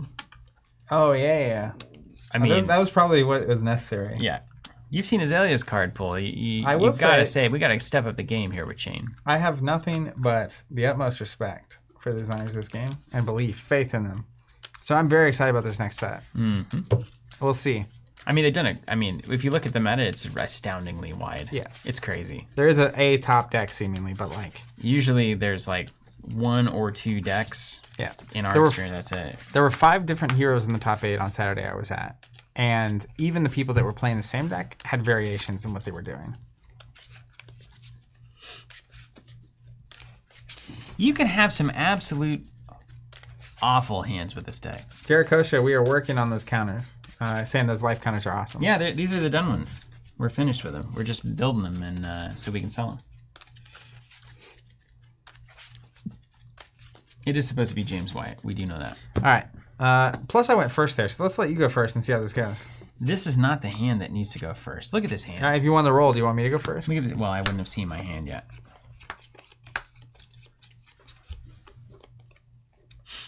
I believe that's just called Arsenal Pass. Actually, no, it's probably like surging for 5. I don't know. Do you even want to give me the mulligan? I don't know.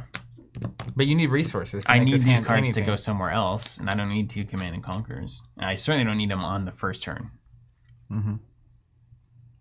Yeah, you really wish you had a 0. Like, yeah, just like Kadachi's first turn is pretty good. Let me go first. I just want to see it Okay. as though that wasn't your opening hand. All right, that's fine. Jim's saying that would make a good podcast name. I agree. CNC Arsenal Surging. That's apparently the play here. I'm going to do it. Let's give you a clean mulligan. Is that right? That can't be right. That's fine. Surging's a great thing to have in Arsenal. Yeah, Arsenal passing. CNC Arsenal Surging. Okay. It's just strange to give you a clean 2-card mulligan. That's so weird to me. It goes against everything I like. So part of Chane, though, is a lot of times he will run out of deck. Me just burning cards. Never going to happen. I can't speak to that.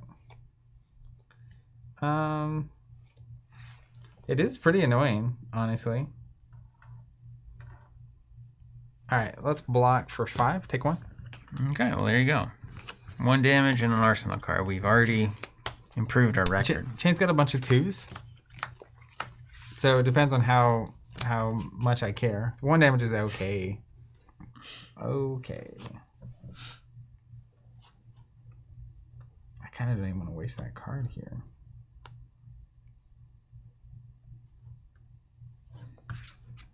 Mm-hmm. All right. Shackle. It's just Katsu is a lot like Azalea in that it feels so good when you hit the right curve, and it feels so bad when you stuff yourself with all blues or all reds, you know. With the bad beats. Dorinthia and stuff. Unhallowed Rites. 2 floating. I'm going to put this Howl from Beyond on the bottom of my deck. All right. I'm going to declare no blocks. I'll pass. Take 4. Call me in the morning. Command and Conquer. Let's party. My CNC. Is it Dynamite? It's Dynamite. But it's Dynamite. This is a good question here. Lose a Surging Strike or don't. I've still got a fine line without it.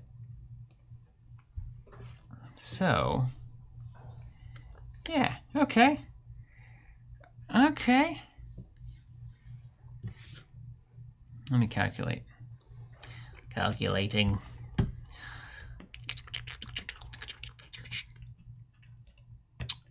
Drayton saying block if you still have a solid turn. Prevent damage and you still have a solid turn. It makes sense. Like classic Flesh and Blood, someone That's call right. that. Yeah. Fundies. Someone call that classic Flesh and Blood. Those Wraith heroes just playing the fundies. George, everyone hates blocking. That's true. I think this is right. Okay, I'm gonna try this one. At 6 there. You got it. Okay. Arsenal. Now there's potentially some hidden lines here, you know, but hidden lines. We're overt. Okay, here we go. Now we're playing Katsu here. All right. Kodachi for 1. Take it. That's the play I'm most confident in, for sure. Yeah, definitely start there. Of all the things. Then we will Surging Strike here for 5.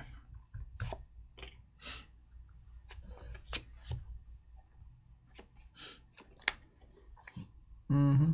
Mm-hmm. That you have more life than me currently. Yeah. 2, 5. Ooh. I mean, how much pressure am I on here, you know? Whether to YOLO this breaking scales now or later, I don't think this is the hand, but I could be wrong. Matt saying, math is for blockers, as they say. That's right. Actually, I really just don't want this in my arsenal. Hold on, let me look at something real quick. Dee da.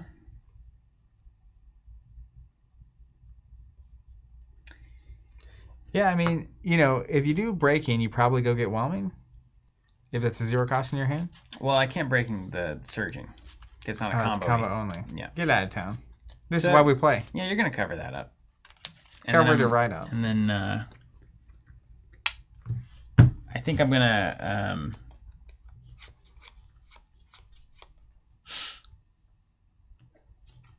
yeah, I'm gonna throw this in the arsenal. Yeah. Yeah. So this, if that doesn't hit, then I do have the discard. Go get whelming. Play whelming. So that's good. If it does hit. Yeah. Yeah. Which would be a great, because then it's just horrible. I have to cover that one up. Yeah. This is a rising knee thrust, by the way. Shackle 1. There's a red bounding Demagon. Just what I was hoping we would see.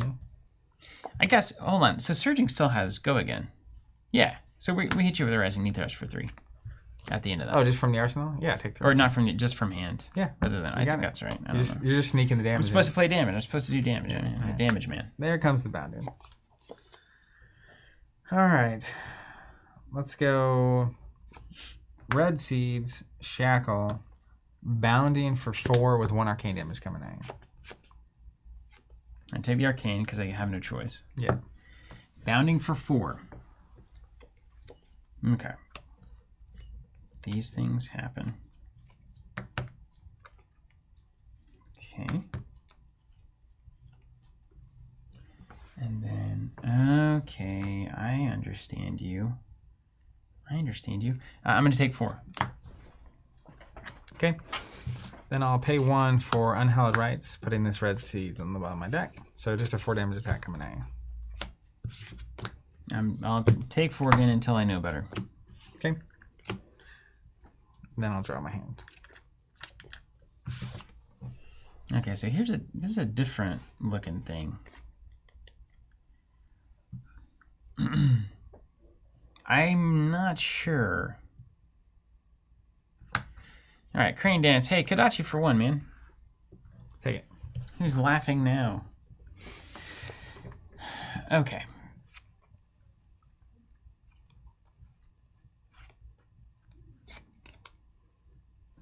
You got how many? You got all cards. All cards in hand. And he's got cards in.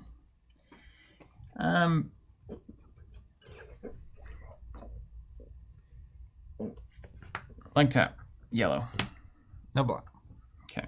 I'm gonna trigger Katsu. Here comes the sun.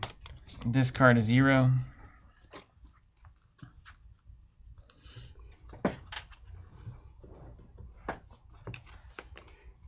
And banish a rising knee thrust. Okay. I always think you get to put it in hand, but you don't. No, I'm just gonna play it. Rising knee thrust for 5 with go again. No block. Mass trigger. Kodachi for 1. No block. I technically do that at the end, which I reckon I should. And then Enlightened Strike for 7. Who's the ninja now? Look at me, I'm Drayton Gans. I know how to play. Let's block with my helmet. Take 5. Okay. You did it. It's all done. 2 shackles. There goes a blue Mothran's, guys. There goes a red Plunder Run. Shackle and a miss. All right. You ready to party? Yeah, sure. Let's Art of War. Paying 1. We'll banish a Shadow of Ursa. We're gonna draw 2 and give +1. Excuse me, I'm reading my cards. Yeah. Sure you are. All right. Let's play Shadow of Ursa, banishing a Riftbind. Actually, no. Let's play Plunder Run red from hand, Shadow of Ursa, banishing a Riftbind. 2 damage. If it hits, I draw a card. Has go again. Is it 3 from Art of War? Yeah. Is it 6 from Plunder Run? No, that was from hand. You know those Plunder Runs from hand? Some say that's the worst play in all of... You know, sometimes it's the only way to play some of your cards. 3? Mm-hmm. Well, I'm staring at some mashed potatoes here, so I've got to actually figure out... You can... See, this is the thing about good decks. I know that I can play out of this. And I'm going to look at how. So give me just a second to learn my deck. Oh, no, I've got to discard a 0 cost. Oh, no. That's fine. That's totally fine. That happens. That happens. George, I banished 2. Neither of them have Blood Debt. Okay. Yes. 3, yeah, take it. Okay. Trigger Plunder Run to draw a card. Mm. All right. Then we'll pay 2 to play Red Howl from Beyond. We'll Shackle. Pay 1 for Yellow Rithbind. It's going to be at 3, 4, 5. It's at 7 damage. Let me turn on my little battery thing. It's hiding the chat from me. Okay. 7. You got 1 card in hand. Mm-hmm. Let's go again. People out there saying that you should have... note, they were saying you could have covered this up, stopped the card draw. But the problem is, I had an 8 damage Ripmine coming in. Yeah. So unless you were willing to block that and also this, it really didn't matter. Apparently that's not what I'm supposed to do. But I could give you the draw at the end rather than at the beginning, which is it's good. It's actually an extra one from... Yeah. Is that a 9 now or an 8? Yeah, so 3, 4, 5, 6, 7, 8. Yeah, 8 total.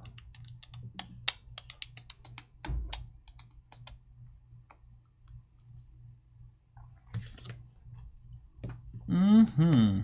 You got 1 card in hand? Mm-hmm. Has go again? This has go again, yeah. So you're going to Nebula Blade me for Absolutely. 4. Yeah. That sword's swinging. We were swinging. Lebowski knew it. Sure, man. We'll take it. Okay. I'll pay 2 and swing the sword for 4. I'm taking that as well. Create a rune chant. Rune chant. You know she say rune chant like a Chelsea man, like I do. How are you supposed to say it? I would say rune chant. What? How Got one of say those it? rune chants. Rune chant. I don't know. People would say ruin chant. Ruin you know? chant. Ruin. I don't know. I think people are into that.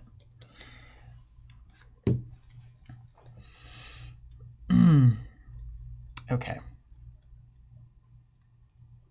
Michael, these are Ultra Pro snaps. They are out of stock on the official website. I found mine on eBay. I gotta look through here for a second. George says we're taking turns Superman punching each other. I know. Welcome to Monarch, honestly. I mean, I think that's these 2 decks particularly. Yeah. There's some incredible matches that aren't these 2 particularly against each other. Even like when I was playing Bravo against this, it's like it's different. I think they have to play smarter than just swing everything all the time. Swinging. Puck, the tokens are done. We're just in manufacturing right now. So we'll have them out as soon as we can at this point. Okay. Now the question is, do I need to pop this cross strap or not? I mean, we're at the end of the game. So you may as well, right? This is, do you have a 4 card hand?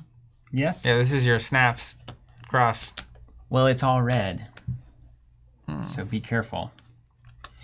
And we can only use it on this. We want to use it on Surging Strike. Of course, we don't have Surging Strike.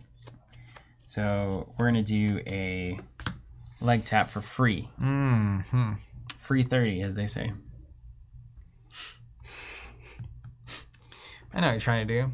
What? Sir? You're trying to get my husk. No. In an inconvenient way for me. We have Razor.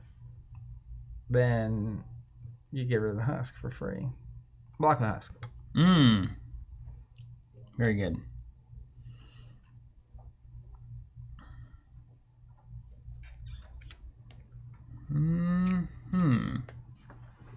All right, got to be good at the game. Next up.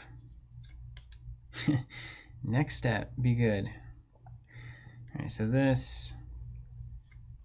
that becomes that. Well, that's not good. We do have to do it here, though, don't we? Like, this is the time you either have to know when to hold them, know when to fold them. I mean, I could just miss on my shackles and then have just like a baby turn. That's true. It happens. It's true. Draw on shackles 3 to 5. It really happens. Okay. Yeah, you can use cross strap on the leg tap. It only costs 1, but Next thing's -2. That's the thing. Okay. And then we've got to put a 0 pitch in to Kodachi. There's just no way. There's just no way, man. There's just no way. Fine. That's fine. I don't care. All right, let's do Soul Bead for 4. Great. Red Soul Bead. Appreciate that, Ryan. Saying this is fun to watch. 0 for 4 with Go Again, if it hits. Yeah. That's what I need to husk. Well, you know.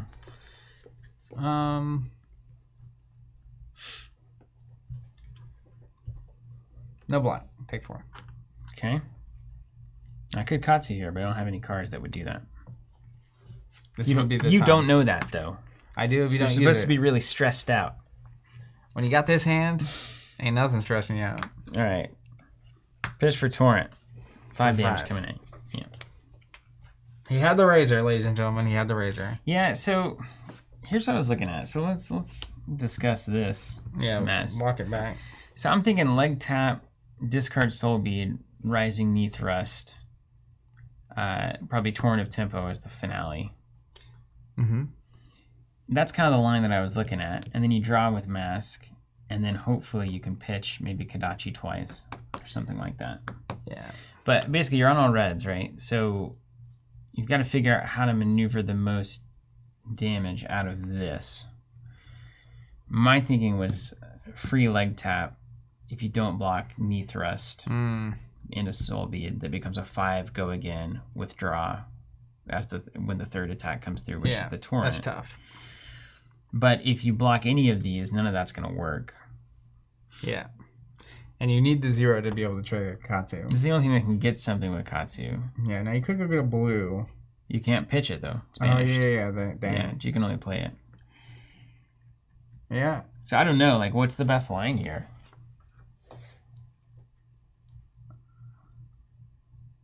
Yeah. I mean, it could also just be pay to play the leg tap for 1 using like this, then play that for free, and then arsenal that. Mm-hmm. That's not winning, though. No. There's no winning here. It's not good. Yeah. Agreed. Okay. You had to have something floating at the end? 5? I'll take 5. Yeah. All right, 3 shackles. You know me. They're going to hit. Howl from Beyond. Unhallowed Rites blue. And there goes an Art of War. Some good news. All right, you ready, party? Yep. I'm going to play Art of War with a blue. Banishing here to draw 2. And giving my next attack...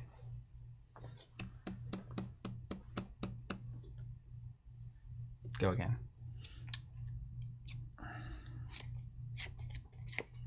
I feel so much better about this Ranger deck. Good. Oh my gosh. I'm glad we're experiencing that. It's crazy. All right, my next deck has to go again. So let's start with a You know, Red Seeds. Arsenal Pass making a good point here. Let me just hold on. All right, we're backing it up. No, you're fine, you're fine. I just want to measure. So that's about an inch worth of deck left, and we've seen 2 Art of Wars so far. I think you've seen all 3. So is there a special technique that gets them in your hand? Hey, I just Or, banished one off the top of my deck. The potential for them to be maybe in the bottom 3/4 of the deck, is that also a possibility? I haven't seen it happen yet. I'm just curious if it's possible. I said before we started, Yeah. if Chane sees 2 or 3 Art of Wars, I think his odds go through the roof. Okay. All right. Agreed. All right. Back to me. Red Seeds. Then we'll pay 1 and play this blue Unhallowed to put the Red Seeds back under. 1 arcane damage triggering, and then a 2 damage attack with Go Again. I'll take the 1 arcane. Because it's my choice. And then... I mean, come on, guys. Look at this hand. What is this hand? 2 red Plunder Runs, a blue Lord of Wind, and a McGinty? What is this ever going to do for me offensively? Lord of Wind, Kodachi, It's probably Kadachi. Mugenshi, Plunder Run Pitch for Katsu. I think it's Kadachi, Mugenshi, and you have the +1. So if I don't block for 5, you can go up to 5. Then Snaps to give it Go Again.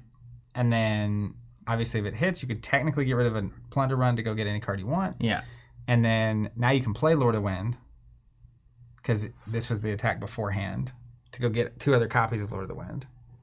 So this doesn't trigger unless you have Whelming Gust Wave as your last attack. It's just damage. Mm-hmm. Right? Does that make sense to you? Mm-hmm. That's the thing it searches from. Yeah. So Arsenal Pass, I'm curious, or seeing it's not bad for Adventure Co. So I want to know what line you make out of this before we block anything. I need to know that. We need to see it.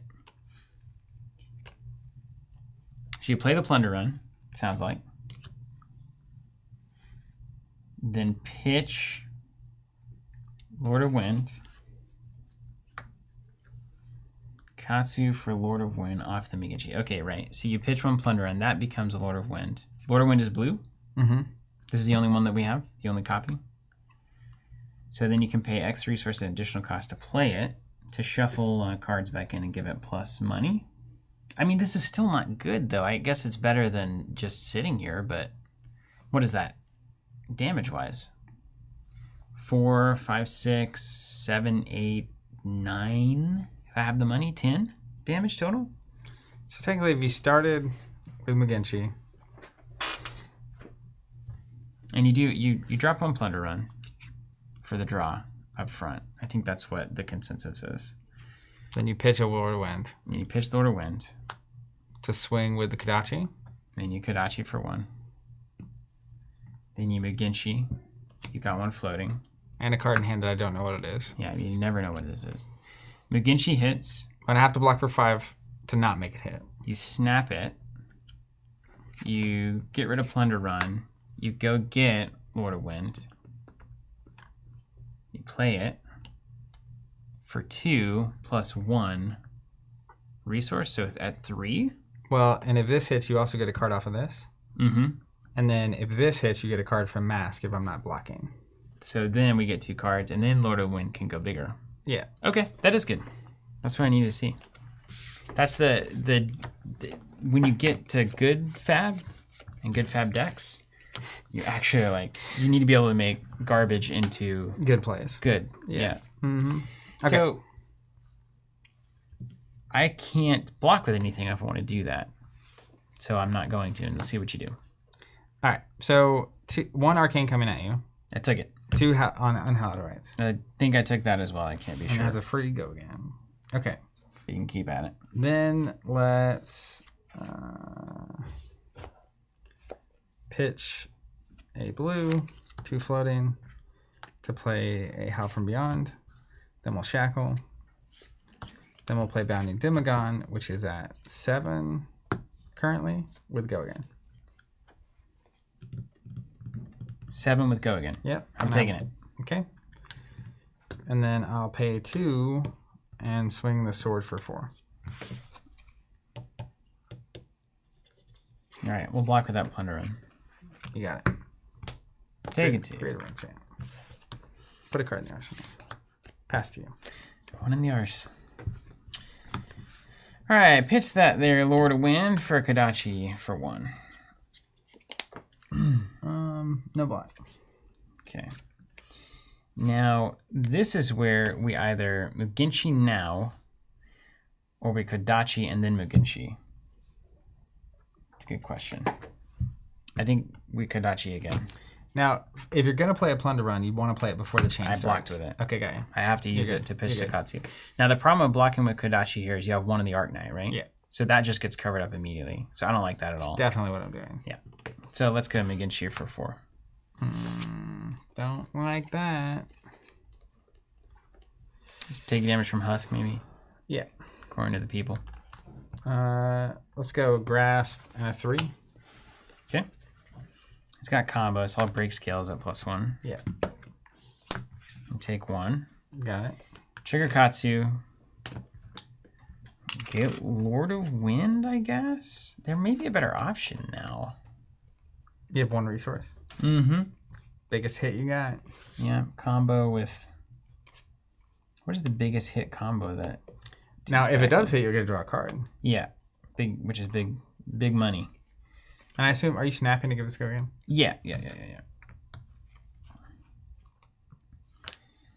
All right, so Lord of Wind, I could go to 3, which is fine. Knee Thrust would be at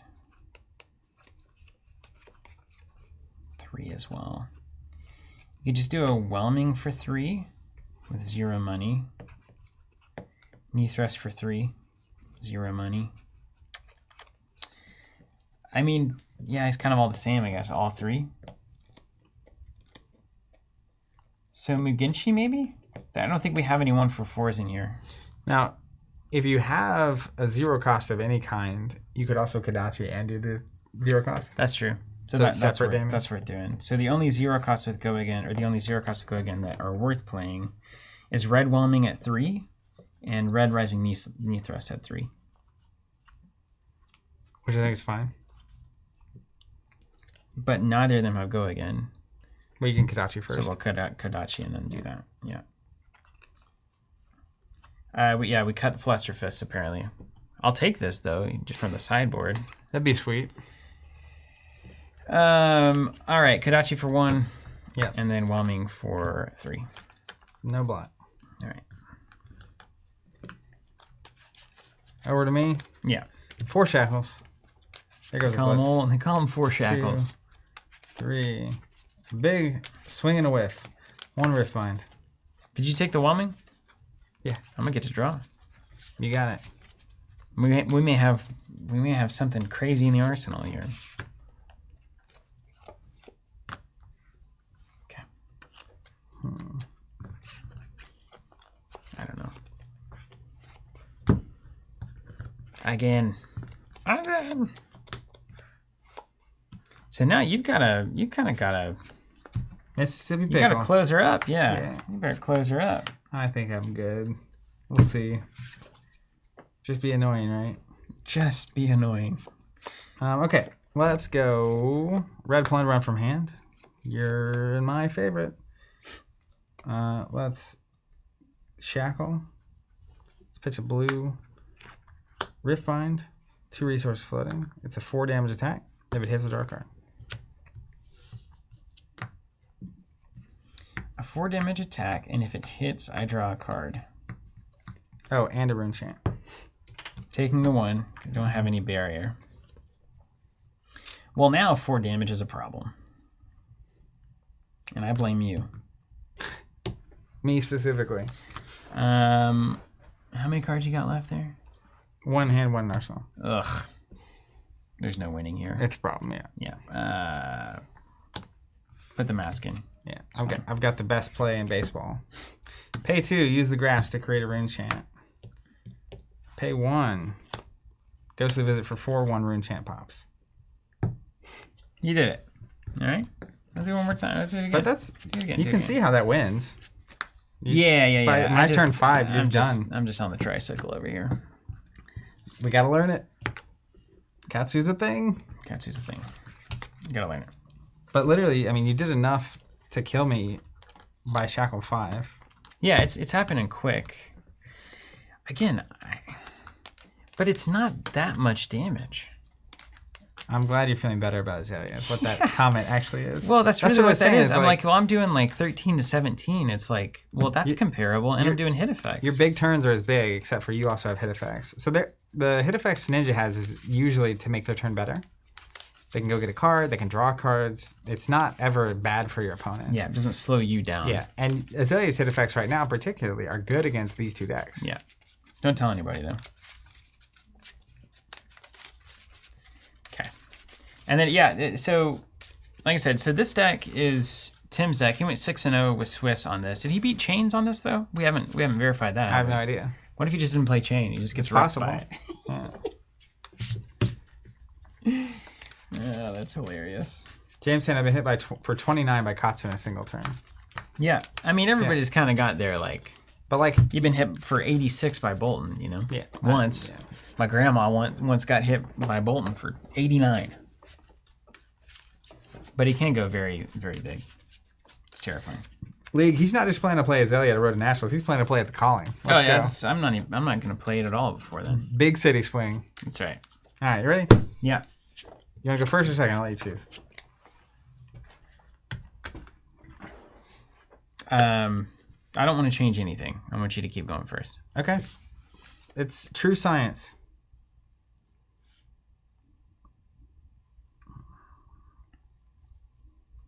All right. Shackle. Pay 1, 2, 3, 2 floating. Sorry, wrong card. Swing the blade for 1 with Gogan. 1? 1. It's just annoying to block. It just hurts, but you got to do it. Plunder run. Blocking. Pass. Card in the arsenal. Just testing you. Ooh-wee. You put your straw hat on for that one? I'm an Oklahoma boy. Let me tell you, humidity today is off the charts. You can hear that accent, right? Calling in the pigs over there, man. Oh my goodness. All right. Pitch this Blue Lord of Wind. Harmonize Kodachi for 1 there. Arsenal pass saying, because he was there, Tim went 6-0, 52 players there with tons of Chane around, so I don't know. You want some more life too, Katsu?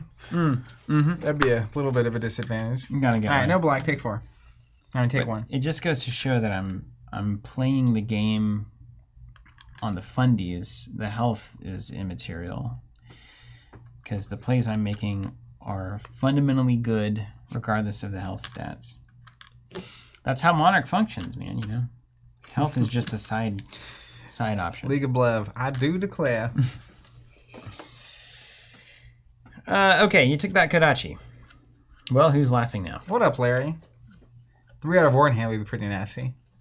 You don't really want 3 in hand. Taskmaster says the Chane gang rolls deep in the south where I play. Yeah, I should have, Nick. That'd be a good plan. I meant to do that. I just forgot. Evan, we have not given an ETA for the dice trays, but they're done. This is the final design, and they're in manufacturing, so it's just a matter of actually getting them made. Okay. Against my better judgment, I'm going to Kodachi again. Long hair, don't care situation.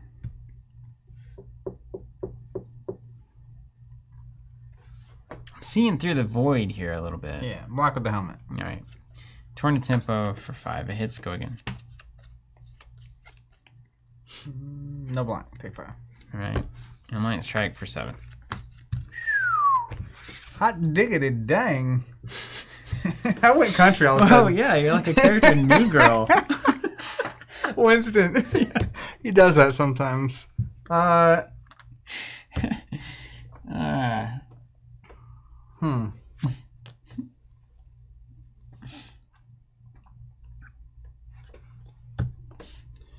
See, this is right? Chat friends, if you torn a tempo on second attack, he covers it up with Grasp of the Arcanine and a 3. Your turn is essentially just over. You can waste your snaps on it, but why would you? Yeah. Right?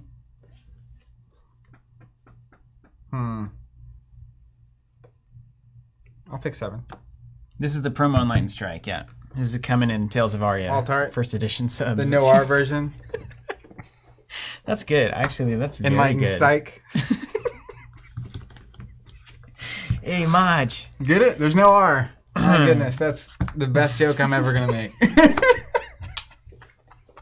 Oh, my gosh. It's real comedy. Put that on a stand-up special, man. That's crazy. How is that possible that you did that? That is unlike you. I mean, like, not in a bad way. It's just, like, unusual. Wow. I'm very impressed. Sorry. I'm very impressed, man. That's impressive. Enlightened Stike. No R. My gosh. How did you do that? It hurts. The internet's #1 competitive flesh and blood channel.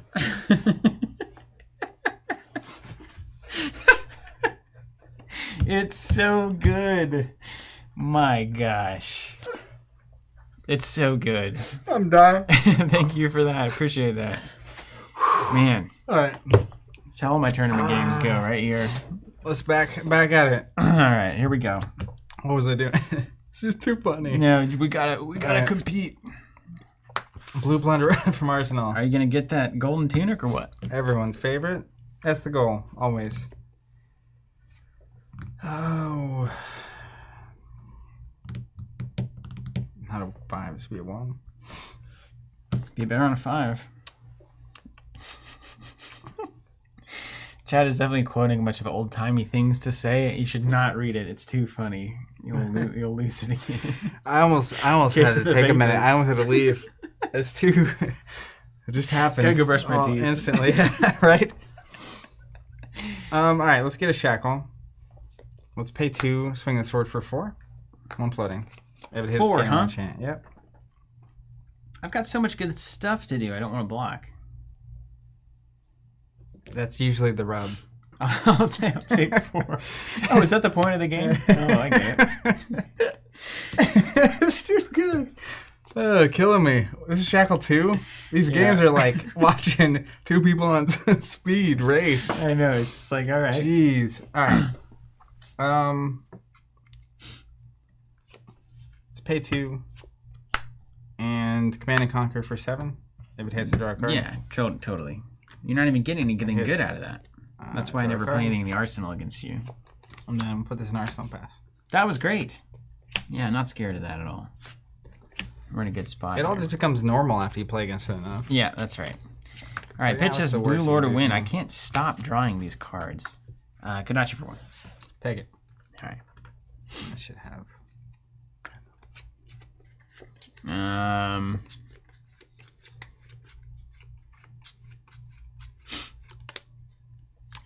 David asking what I think the difference in skill level between me and the guys winning Rose Nationals are. Not much. I beat the guy that won in Swiss, and then I got knocked out on a crazy game. We both at 1 for several turns. So I think it's close. Oh yeah, you also had a rune chant coming at you that you took. Did I take it? Do you have an option? Don't assume my run chance, man. Come on. Man, this is a great question for me. Ryan, proxies can't be used in tournaments. No. Ravenous Rabble here. Oh, right, for 2. Yep, classic. Yeah. Who built this deck? Block with my hands. That's not what we wanted at all. Needed a 3. Ninja problems. That's fine. We'll accept it. Now I've got a... Yeah, Puck, Ravenous Rabble.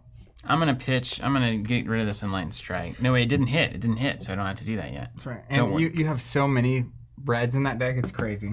Harmonize Kodachi for 1. Take it. Leg tap for 4. Go again. Don't like that. But guess what I'm going to do about it? Nothing. Take 4. All right, I'm going to get rid of this card and get that Rising Knee Thrust. Red. And I'm going to play that puppy. For 5, we go again if it hits Mask. Yeah. We've arrived. Yeah. Block with the Husk. Oh! A Husk Man. Yeah. I can't let that one get out of control. Okay. Well. Who knows? All right. See, I'm off the screen. That's how you know you had a good Katsu turn. You're off the screen. Go off the screen. That's what you're trying to do there. Okay, hey, we're good here. We're good. You use the Husk. Rabble for 2 is just garbage. If that Rabble hits a 4, I feel good about that turn. Yeah, it would have been better. Really good about it. All right, mine? Yeah. 2 shackles. Oh, there goes an Art of War. And a Plunder Run. See? RNG. You're doing good now. RNG, you're doing good now. All right, let's pay 1. I randomly failed. Art of War. Banish a Bounding Demigod. Now wait just a minute. Now we're on 3 inches of deck here. That's a good. That's maybe a 2-inch deck there. We've seen 2 Art of War so my far. second turn. What is this? All right, I'll banish a card to draw 2, and then I'll give +1 to my attacks. Right. But you don't have very many attacks. Oh, the Bounding Demigod is there now. How about we do this? It's not what Art of War. I'm leaving. Do you need any water or anything? No, I'm good. I'm gonna banish this Shadowversary. And we're gonna go +1 and draw 2. And then I'll wait till you get back. How many Art of Wars are in that deck? Drayton says, Zach's an Art of War magnet. I've always said that about myself. There's just 3 of them. What even is... How is this... I don't know. I think it's my good humor being rewarded. Yeah. Art of joke. All right, I banished that. I drew 2. I get +1 again. I mean, is there even a point to blocking whatever's about to happen? No. It doesn't get better. All right, we're going to play Shadow Verser blue. Banish in here. It's at +2, so 4 damage with go again, because I banished. Okay. Well, I didn't block it last time, and I don't feel like doing that again this time. So, 4 damage, taking it. You got any rune chance I need to worry about before we... Nope. Okay. It's all clean this time.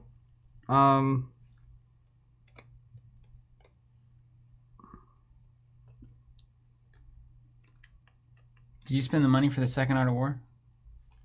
No. All right. I call that a win.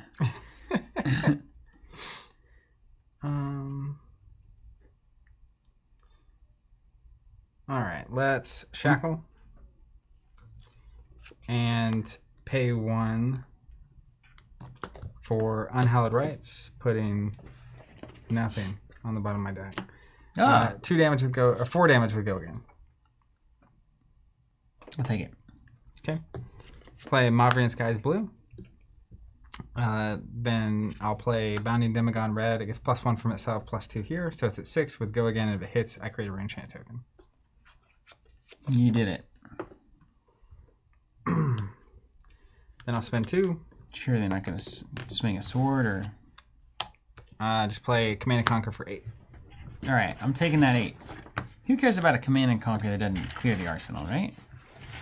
I'm just going to do 28 damage this turn and call it a day. And then, let's see. 1, 2, 3, 4. Close. Pass it. Take 1 from Husk. You got it. I only have to do 27 damage now.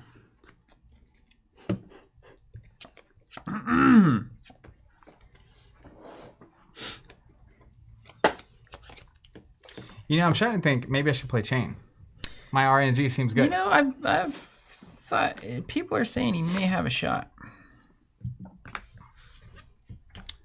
Hey, how about a Kodachi for 1 there? You know, I think I'll take it. This time I'll take it. Here's our Surging Strike for the first time ever. For 5.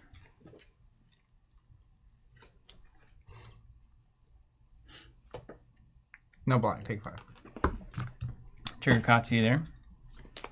I think did I take 1 for Blood Debt? You did. Okay. Or I told you should, but I don't know if you did. I don't pay attention. King of Badon, it's a good point. Sam, is there actually a game here if no one ever blocks? Does it just come down to who draws the right cards first and goes super wide?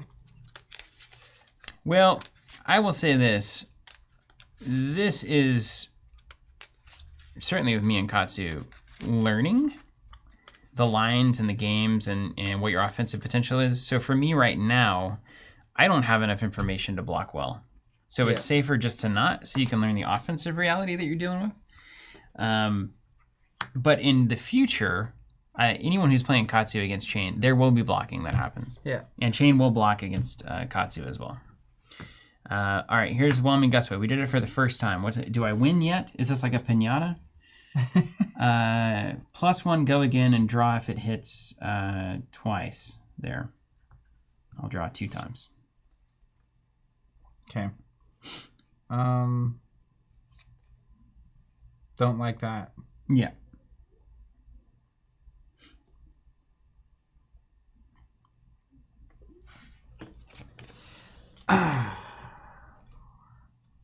Let's block 4. Here we are, blocking 6.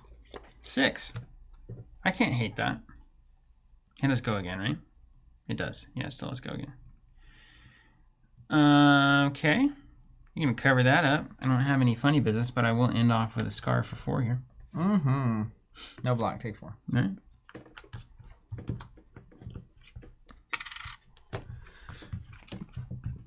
All right, we're going to Shackletown. 3. There goes a Shadow Puppetry. It's irrelevant. Howl from Beyond. And a Yellow Seeds of Agony. Intriguing.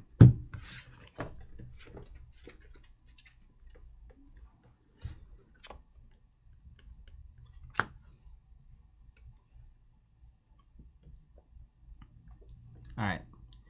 Yellow seeds. YOLO seeds. Yellow seeds. Shackle. Pay 2. Swing the sword for 4. How's it go again?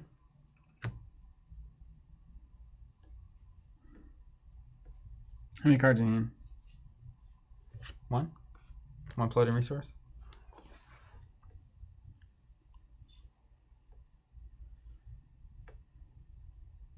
Oh yeah, and you have a rune chant coming at you first. You got me.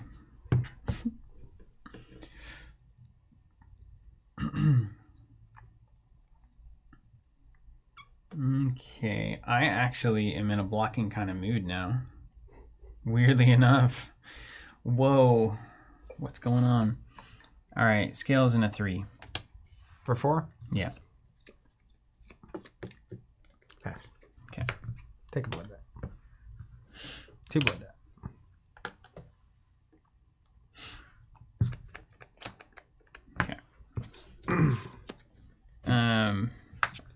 Crane Dance, 2 up. Kadachi for 1.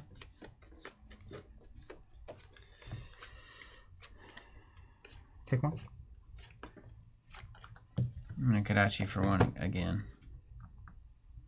You got no easy blocks. You lose a card if you got to either. Cards in hand. 2.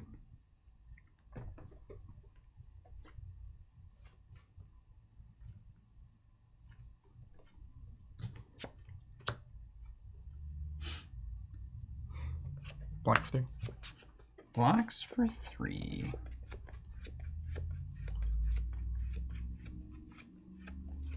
All right, let's just do a little tiny whelming for 3 there. No block. I'm gonna empower it Yep. to draw a card. Or no, I let it hit. I snap it. I pitch this for something relevant. Like a McGinty release. Mugenshi, right? But is it? Yeah, Mugenshi. You also Yeah. Yeah, who's laughing now? You take your 3? Yep. Who's laughing now? All right, get Mugenshi. Here we go. Boom. Flaming Gust Wave was the last attack. Gains +1, go again, and if it hits, search my deck for any number Lord of Winds and put them into my hand. It's currently coming in at 5. Cost me 1, and I have it. You can't allow that.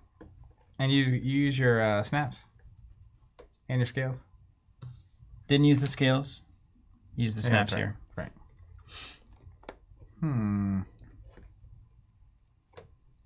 Okay. Block Yeah, I for got the pitch from McGinty here. Block for 6. Blocking for 6. Okay, so I don't get it. That's right. Yeah, who's okay? Because if I don't, you just kill me. See, look, we're here. That's who's got the bag. Thank you, 9 ounce. Did you take your carrying husk last time? Don't want to become... Yeah, I did. Don't want to become famous on Instagram, but I appreciate it.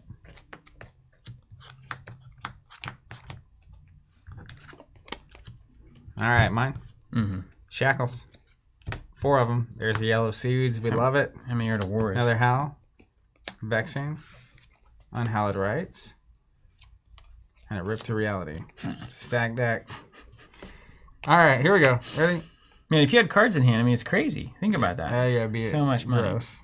Yeah.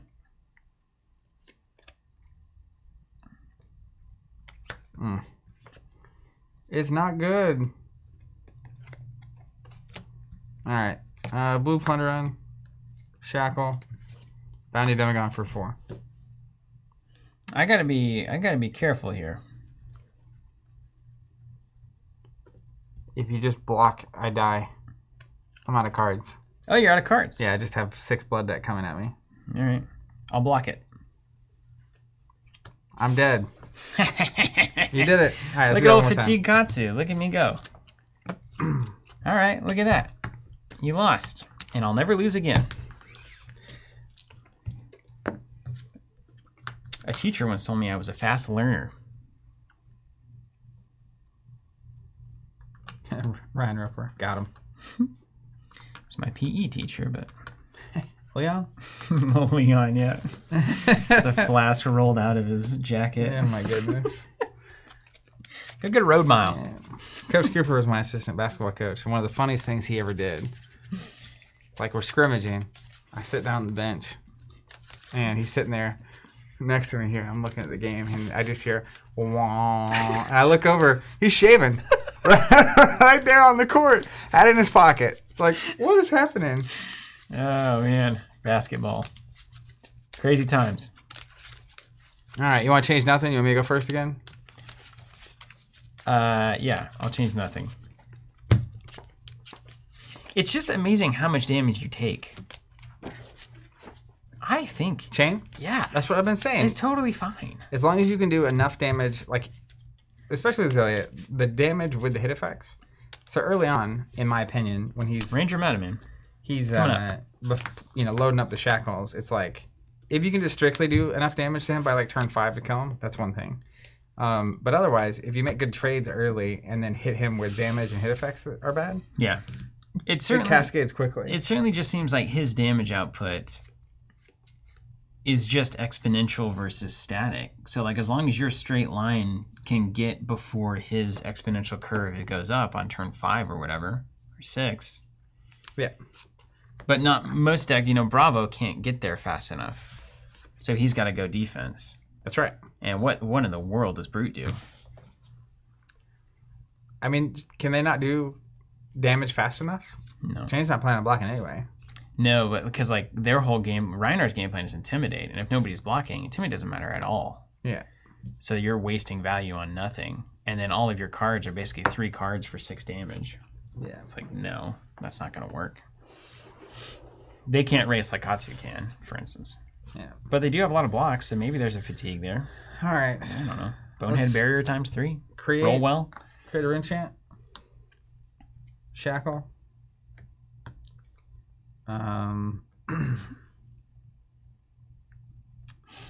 Play Meet and Greet blue for 1. Rune chant coming at you. I can't do anything about that. Still. Arsenal Pass saying that Levi has a good matchup then into Chane. Really? Yeah, for real. And, like, for real. Apparently. That's not trolling. I don't know why. Maybe she can just do enough damage every round for 5 turns that, like, from the beginning. But she can't. Unless you're playing that goofy all neutrals deck, which maybe that's the way to do it. I don't know. All right, you take 1. Yeah, so then this has to go again. If it hits, it creates a rune chant. And it's a 2? Yep. I'll block it with 2. Yep. And then let's just... So what's so scary about Levi for Chane? Pay 2, swing the sword for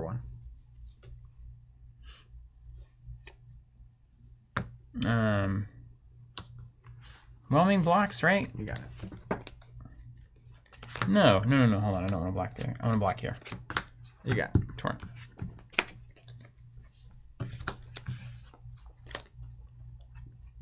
Ugh.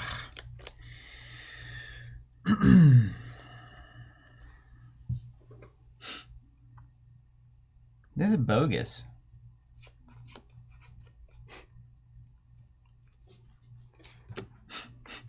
Ninja problems. At least to me, when someone's playing as Ninja, I do feel like there's like, and obviously you played enough and you'll understand the lines a lot better, but like stringing those turns together is pretty wild. All right, fine. You know what? I'm going off book here. I'm going to destroy this cross strap. Inserting strike for 5.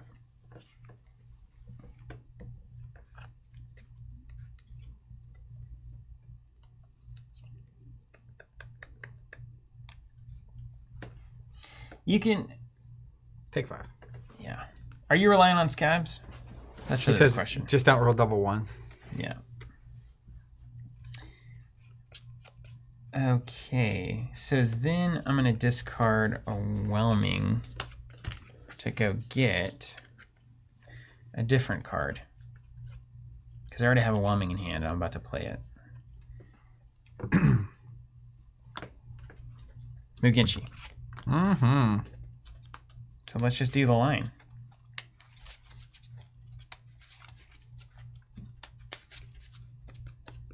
Here. Okay. And then we're Whelming for 4. Go again. Lock 4. Ancestral. Got him. Take 1. When it hits, you draw another card. I just drew. I don't get the mask. Didn't you draw a card from playing that? Yeah. And then you draw a card from this and this. Oh, this does as well. Not the mask. Right. Yeah. Okay, here we go. Just a ton of cards now. Matt, he's doing it. Okay, so now we play McGinty release. Yeah. As far as I can tell. Now, if it hits, that's crazy. You can't let this hit. Unimaginable. It is not even conceivable. Therefore, knowing that, I'm going to play it like this. Now, how much does the arsenal matter to Katsu? Because I feel like I'm being kind of a fool with my arsenal here. I have no idea. Is 3 damage now better than arsenal later? Depends on the... Because you're going to have to block with 2 cards or husk it.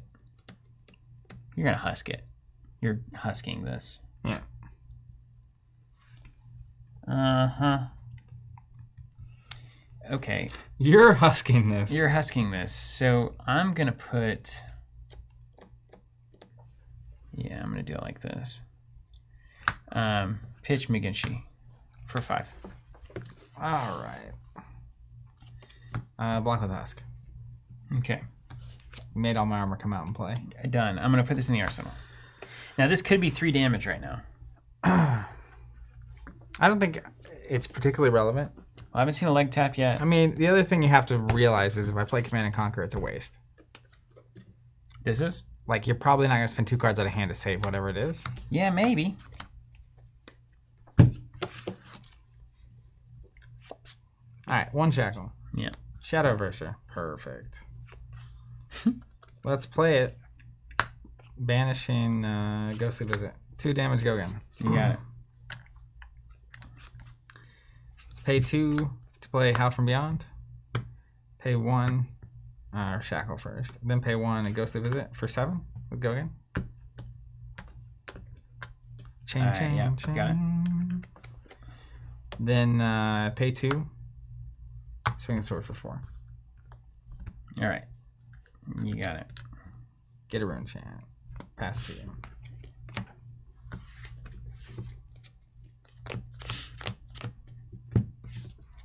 And take a blood bath.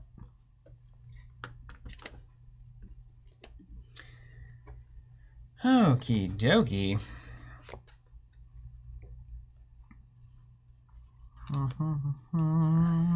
Pitch that blue crane dance.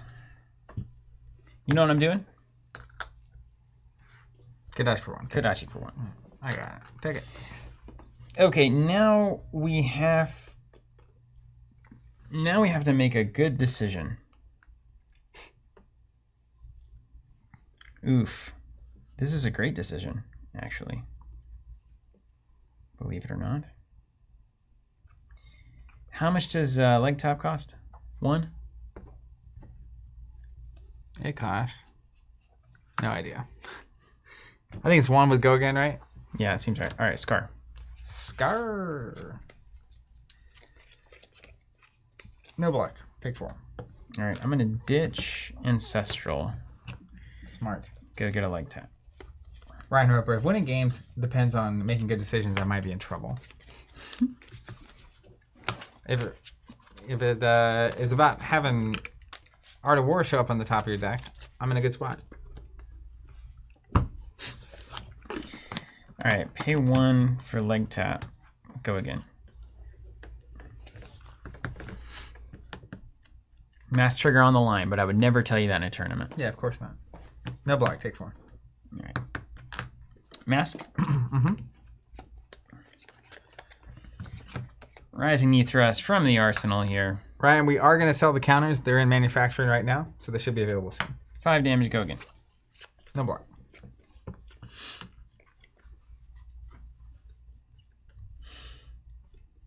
Go 7. Mind strike. Well, we'll see if this is worth it, but I'll take it. Oh, can't fetch leg tap. Hold on, we can't go get leg tap. This is all wrong. Oh my. So we can't get the starter. Mmm. Which would make Ninja awesome if you could do that. So I'll put this back on top. I have no idea what my health was at. We'll rethink. I can tell you. Did you take the 7 already? I think I took a 5 off. I don't know. Does anyone have any idea what my health was at the start of this You monster? just pretend I had the leg tap the whole time, you know. I think I was at like 31 ish. It was like this. I had more than you. There's no reversing this. Well, they're gonna rewind it back. No. We could literally play another game in the time it would take to figure this out. This was on top. That was pitched. Empowerment. That's in the arsenal. I think I was at 29. And then there's one card that I'm missing. Well, you hit me for 5 so far? Yeah.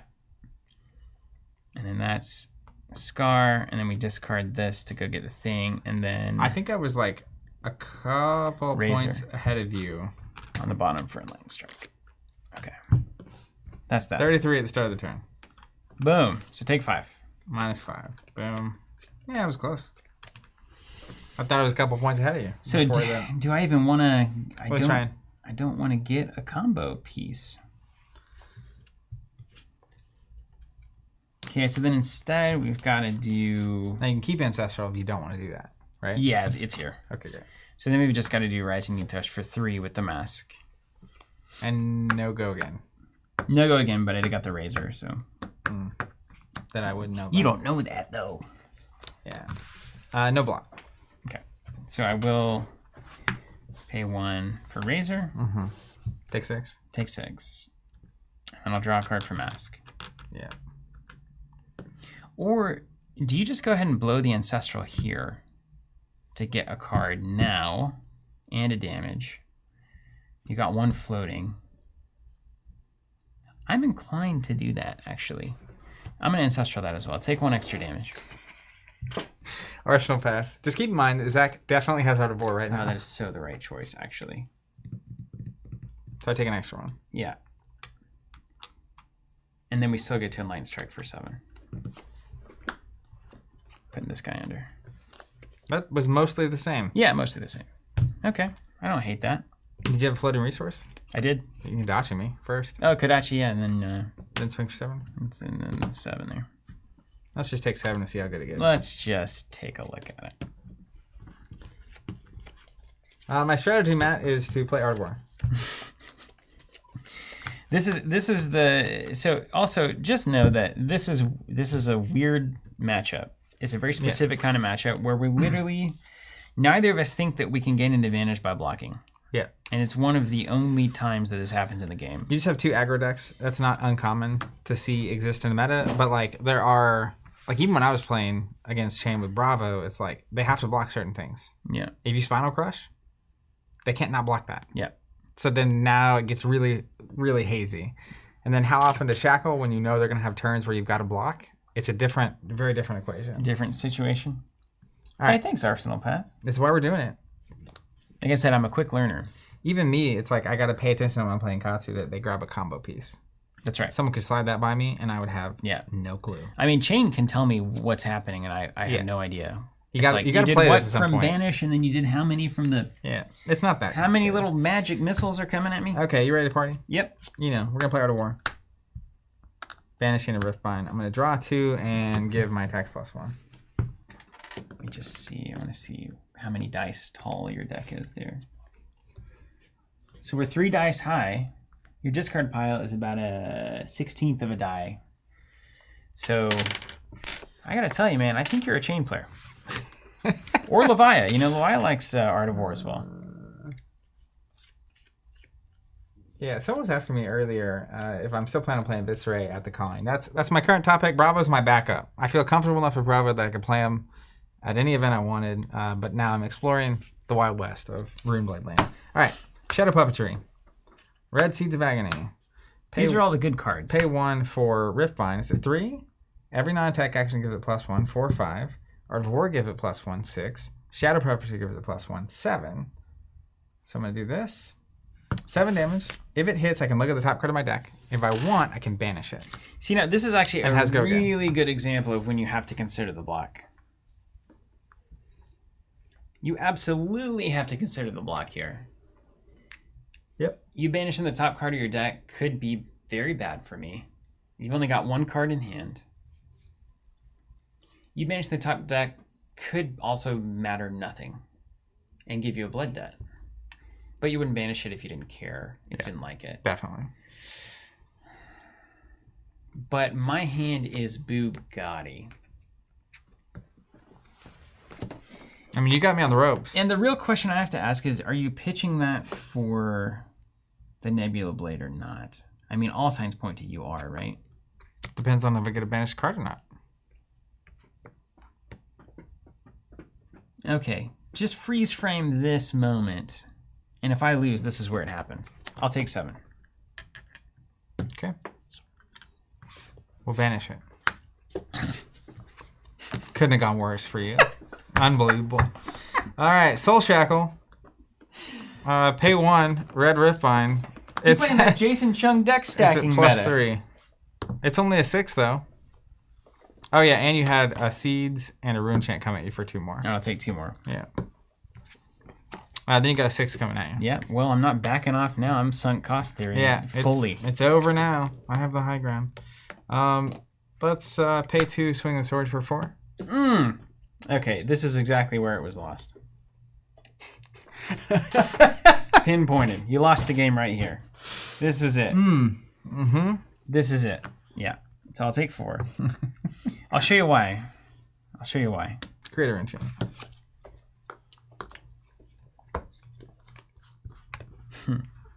Just pack up my... Like 3 Art of Wars. Take my blood debt. You only need to do 12. All right. So we'll pitch Kadashi for 1.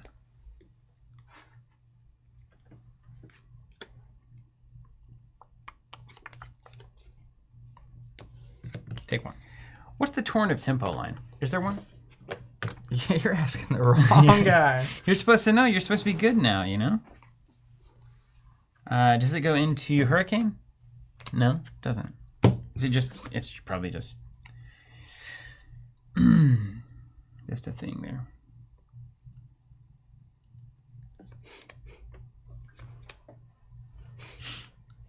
Chat, you guys are on fire today. I absolutely should have blocked that. It's driving me insane.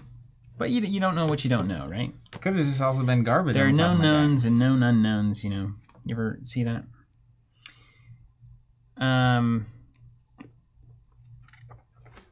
Michael's saying there's not a great line. It's not in the deck, but it's not great either way. And I'm going to do a weird line then because I'm an Azalea player here. Just absolute Every classic. time. It's an absolute classic. You got a Lord of Wind on that raffle. Thank you very much. Thank you very much, no, Tim. No. Appreciate that. You know, is that the time to block though? So we can turn. Yeah, we'll block that. I'll block for 2. Yeah. Yeah. No Katsu, no mask. Let's go.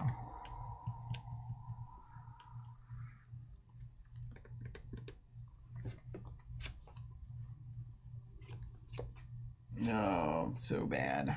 So bad. By that I mean it's great.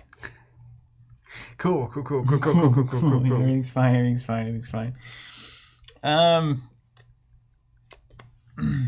Well, okay, this is the line that's gonna get me something.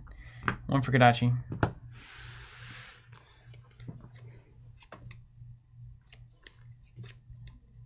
Block there. Nice. Got him. I'm gonna be weird. 1 for Torn of Tempo. For 5? 1 card. 1 card if it hits, gotta go in. No block. What a threat, though. Arsenal. It could have been something. Everything that happened in the past exchange Was in Lebowski's favor. in the exact. It was so bad for me in every conceivable way. Let's see if we can make it a touch worse. 3 shackles. Here we go. Banish Shadow Art of Reverser. Wars, would you? There goes an Enlightened Strike. There's a rip to reality. I hope there goes Gravity.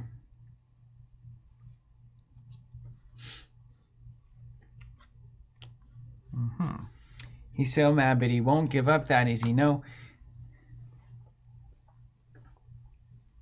Yeah, you got problems. George, once he blocked the torrent, or once he blocked the rabble, mask was off for me, so didn't. All right. Didn't shadow. And then if he shuts down the 5 go again, I have nothing left. Banishing a rip. 1 arcane damage and then 2 damage attack. I'm telling you, chat's on it today. William, arms are ready. Adventure Coast, Mom's spaghetti. What's happening? 1 arcane. What a madman, no arcane berry. I guess you don't want to pitch the cards. 2. Yep. We'd go again. Boy, this is Steven Blocky land. What is this? Oh my gosh, this is unwinnable. Oh, you need money though. 8 would go again if I have 4 resources. All right. Let's pay 2. Swing for 4 would go again. Rip to reality. Oh, there goes gravity. And there's no hit effect on that baby? Nope, just 4 damage. And you probably have that again.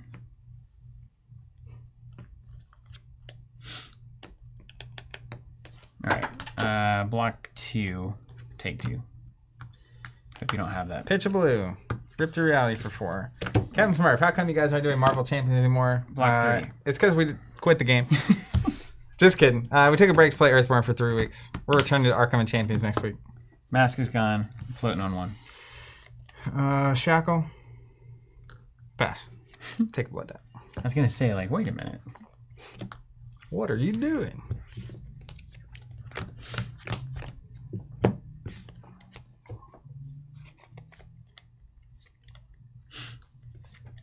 You got no free blocks anymore, though. Nope. May as well throw the helmet away. Pitch Kadashi. Take 1. And the mass doesn't matter either. I'm free. Kadashi. Well, if you have a razor, I better block. I mean, you know what I mean. Mm-hmm. Let's block for 2. All right. We'll pitch Surging Strike for 5. 2 resource slams. 2 floating. 2 floaters. Mm-hmm.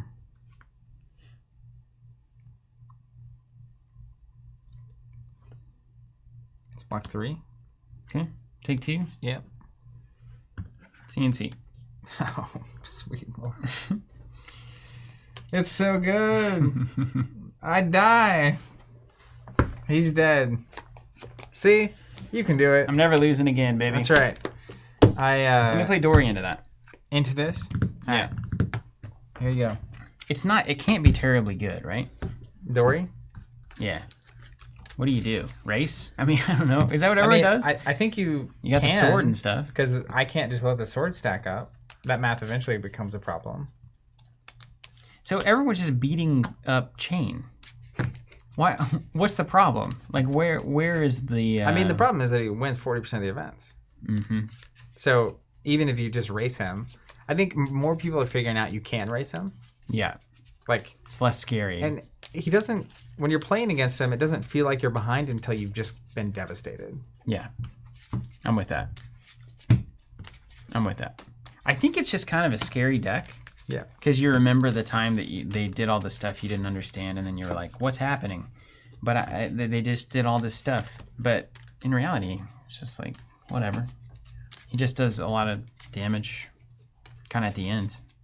But even then, I mean, what was that? Riftbind for like 16, 20? The thing is, you were literally killing me on Shackle 4 or before, typically. That's right. So, like, his crazy turns come at Shackle 5. Just made it. Well, it's like 5, 6 is when he starts getting wide enough turns that it matters. I chose to take that 7 because I had a Kodachi attack, command, and conquer turn.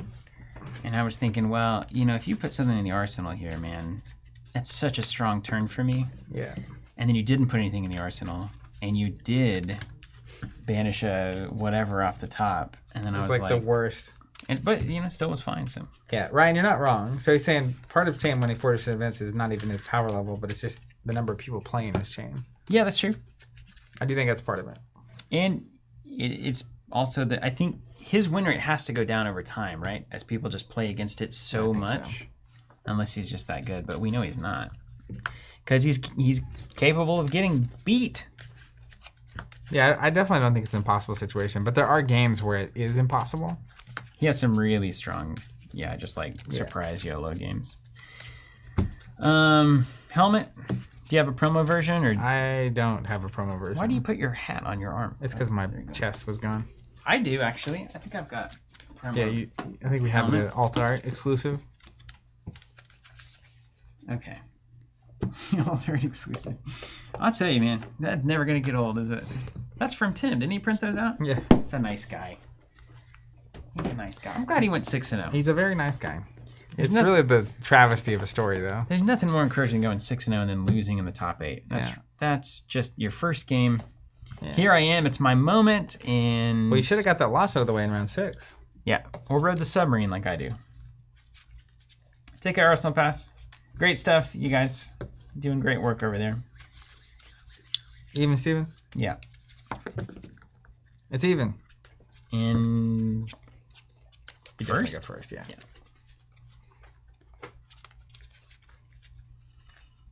I think maybe one of the biggest problems is the whole Chane snag thing that is just a total waste of time.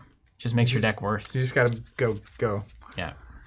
And you have to decide. I mean, I think go or you turtle. Yeah, I think you've got to do one. You've got to do one hard. You can't. Mid range is bad against it. Yeah, he's not playing Welcome to Wraith meta. Let's play a nice 0-4 exchange game. You really don't want to block sometimes and swing sometimes. You got to be.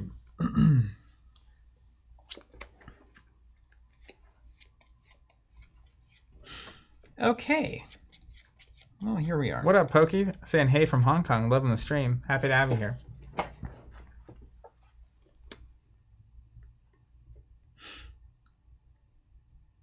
Wow. Okay, let's do it like this.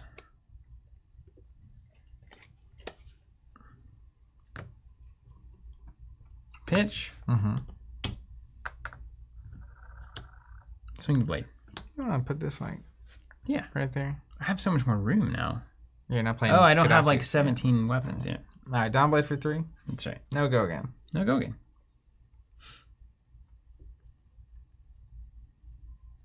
It's weird.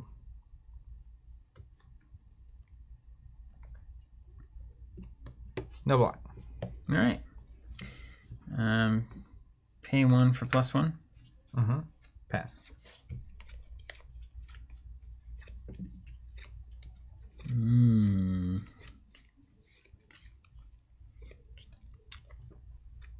It's just damage, right? It's just damage. I feel like it's gas time, right? It's got to be gas. No, I'm done. Take 4? Yeah. Just a sweet 4 damage right there. Not bad. Throw that in. Over to you. Is there a sideboard here? Or is this a full 80? That's a 60. Okay.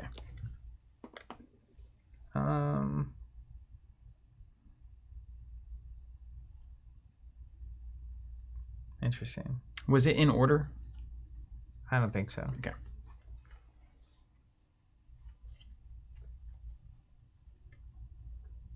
Okay. Let's go Enlightened Strike. Go again. It's funny. Tony's saying you should block. What's funny is if you block that, it gets so good for me. I'm picturing like routes. You are picturing route. Yes. Yeah. It's so good for me if you block there, which I thought you would do. All right. Enlightened Strike for what? 5? 5. Let's go again.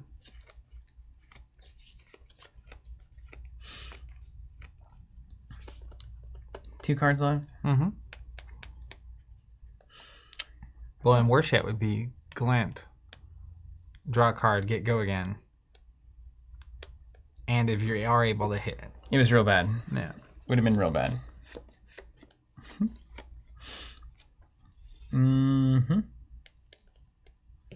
Because I may have had, well, you might see it later. I'm going to sync that.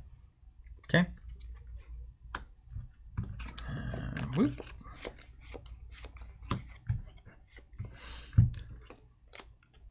Take one?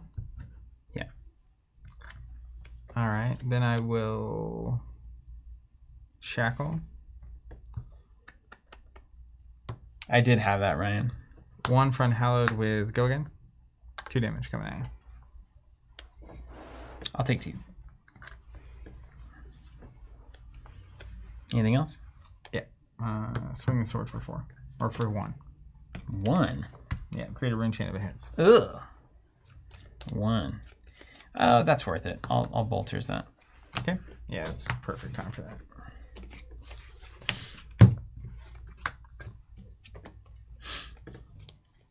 Okay. This is a good question.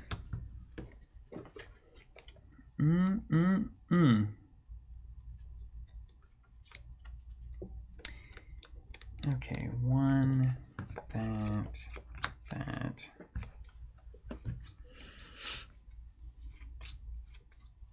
All right, let's do hit and run. Pitch, 2 float, Dawnblade. 3, but go again.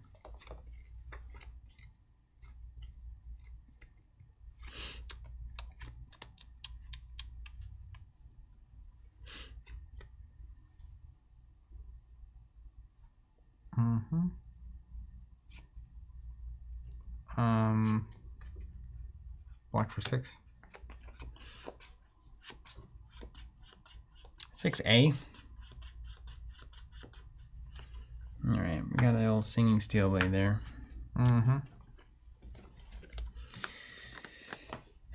Now, questions.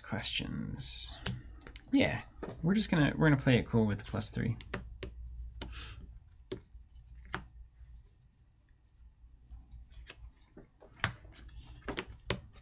Any reactions past that? Nope. Take 1. Yeah, and then we'll pay 1, swing for 3.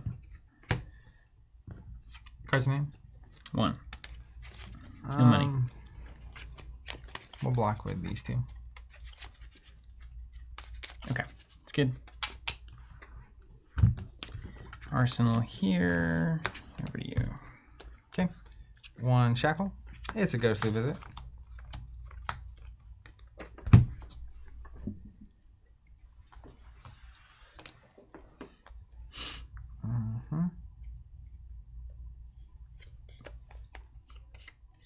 Let's go shackle. Pay 1 for ghostly visit.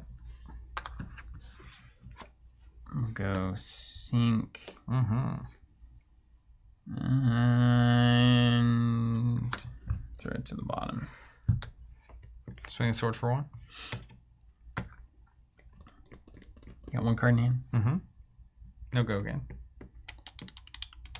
I don't like that I have to not be efficient. But sure. I'll take 1. Okay. Rune chant. Yeah. And then Arsenal pass. The other thing on that, Tony, is a lot of Azalea players are playing Command and Conquer, Inertia, and Emptiness. So if I do block, even if all he has is Singing Steelblade or Glint, if you go get Glint, go again, draw a card, then your second attack is worst case scenario, Inertia, and Emptiness. 6 that I can't block because my whole hand is in. He gets an extra card and an Arsenal card.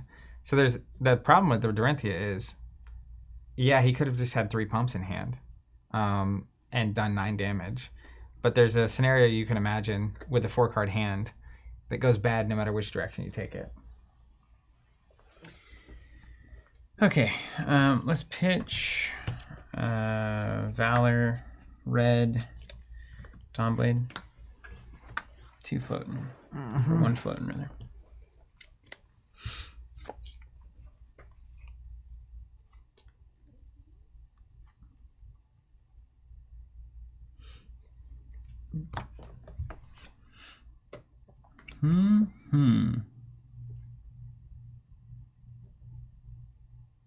It's funny how Chane feels like you have to like play a more civilized game against Dorinthia. Yeah, he's got to respect it more. I also like want to buy time to get more shackles, so it's interesting. I'm gonna try this. I'm gonna husk. Okay. Husking. Okay. I dig that husk. That's good. You got it.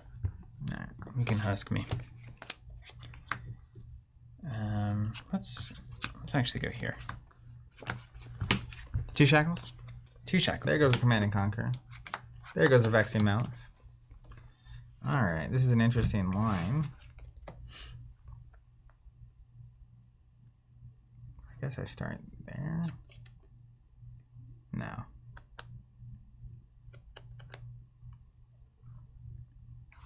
Yeah, maybe. All right, red Plunder Run from hand.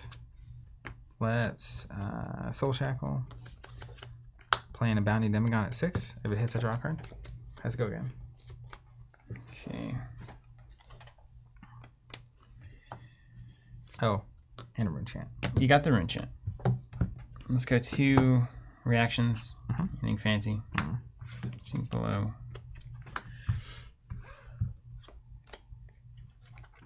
Okay.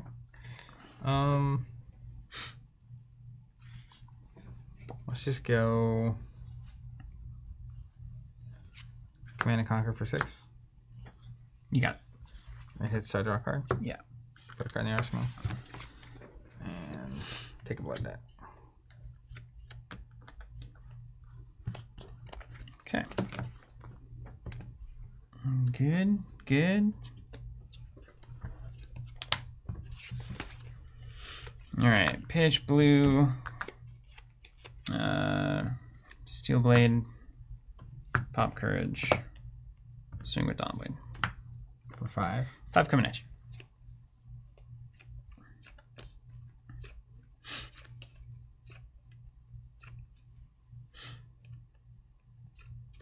That's right, Alex. All right. 7, 8. Okay.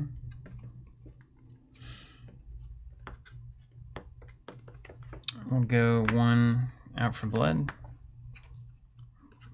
Going to 8, 1 stroke of foresight. Go to 11. We'll crack bolters. You got it. Draw a card. Take 3. And then swing for 5. This is still in the stack. No block. Take 5. Take 5. Draw a card. Get a token. Get yourself a token. And throw this guy in Arsenal. Okay. 3 shackles. 1, 2. What's up, Wade? It's good to see you in the chat.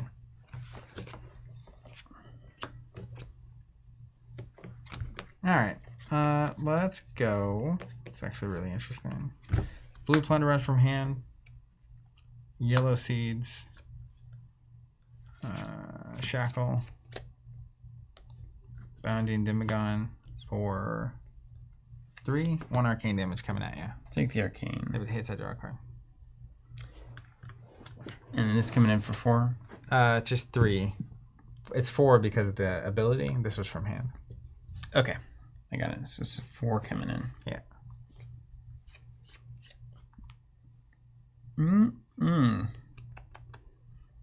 Draw here, probably not that relevant. That's what we're going to guess, at least. Okay. Yeah, I'm not going to block. Okay. So, draw a card. And did you deal with the arcane damage per chance? I did. I took it. And then I will... Display from Banish? Yeah. I will Bounding from Arsenal for 3. Take 3. And then pass an Arsenal. Take a blood debt. Blood debt. That's right. Husk going. Okay, overpower for spoils. Swing the sword. Coming in at 6. No block. Interesting. It's game time. Okay. Coming in at 6 with no blocks. So do we want to do anything about that? Aside from swing a second time for another token. That seems pretty good. All right, that can resolve.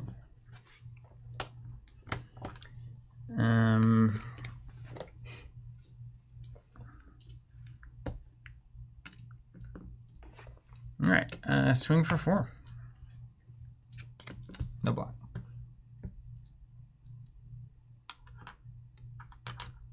Pumping. Nope. Take 4. I'll take my token and leave the party. Yeah, that double token seems fun. We'll see, I guess. All right, full shackle, 4 shackle. Let's see. Ghostly visit. You'd love to see it. There goes my meet and greet. There goes a Maverian Skies. There goes a Vexing Malice. All right.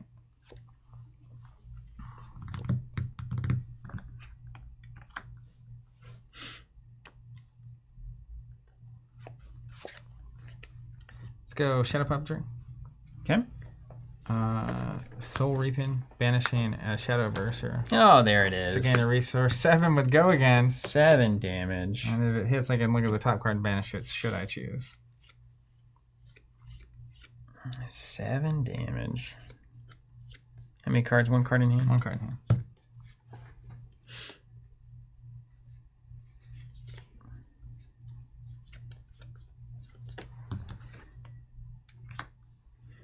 Okay, we're gonna make a decision here, don't we?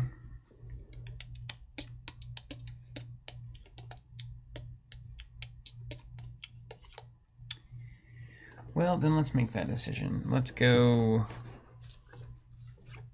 7, the cap. Okay. Let's Enlighten Strike, choosing card draw. Did you shackle it? No, I can't. It's only Runeblade stuff. It's no go again But I have currently. this over You'd here. have snaps? Yeah, that's fine. 5 is good. Snaps.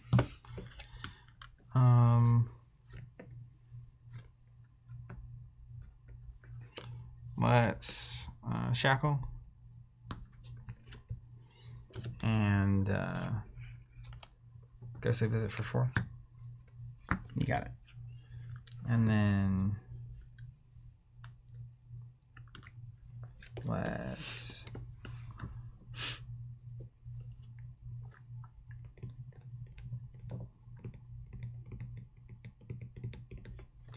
swing the blade for 4. You got that too. Okay, take 2 blood debt. See if I can live. 2 blood debt, see if I can live. Chane at its finest.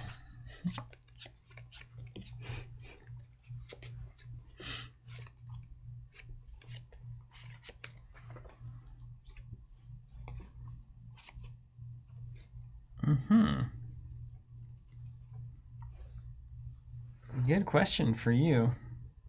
See how weird I can make it for you. I can make it kind of weird.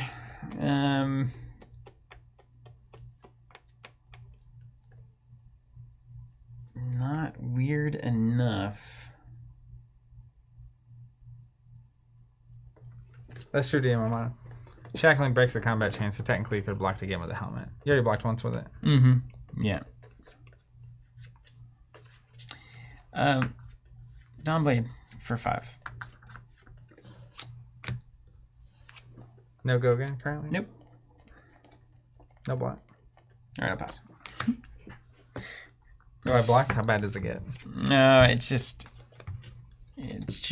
close to nice. 5 shackles. 1, 2, 3, All them rift 4. binds. Uh-oh. 5. All right. Let's do this. Red Plunder Rod. Learn a lot in this. Shadow of Ursa. At 2, if it hits, I draw a card, and I'll banish a red Seeds to give it go again. All right. What bracers it? Okay. Let's go Seeds. Then let's pitch a blue. Swing a yellow Riftbind. It's got 1, 2, 3. So it's a 5, and you have 1 Rune Chant coming at you. Take the Rune Chant. You play the seeds after the shadow. So this guy back in. Okay, we got 5 coming at me.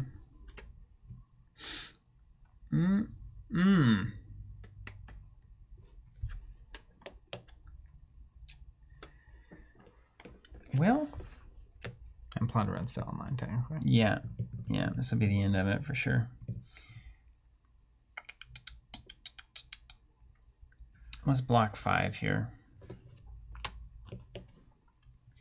Okay. Let's pay 1 for Meet and Greet. It has Go Again. If it hits, it creates a Rune Chant.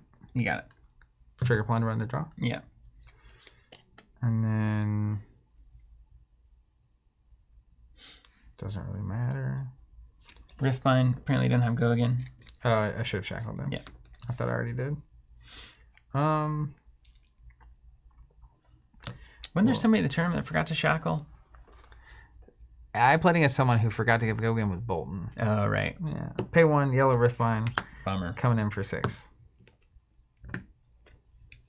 6.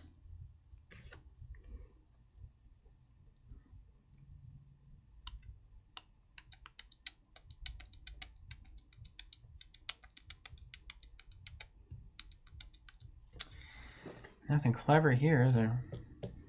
Block 3. Take 3. Okay. End turn. Put a card in arsenal. Take a blood bet. Undit. He's so scared though. These guys are cracked. Get more tokens out. Okay, well, let's... That's a bummer, Chase. Forgot to Snapdragon on their kill turn and lost the game at a Road to Nationals because of it. And they're bad beats. Those are not good beats at all. Okay, I've got a really interesting question here. What up, Big Jim? We're working on it every day. Working with the city right now. The old That's city. about the new facility. Need to get some approvals before we start building stuff.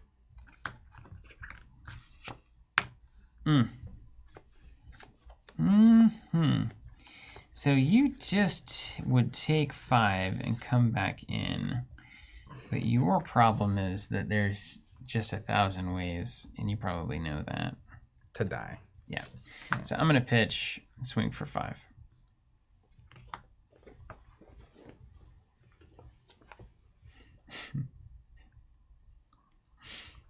One card in, 1 card in the arsenal. I'm gonna block for 5. Okay.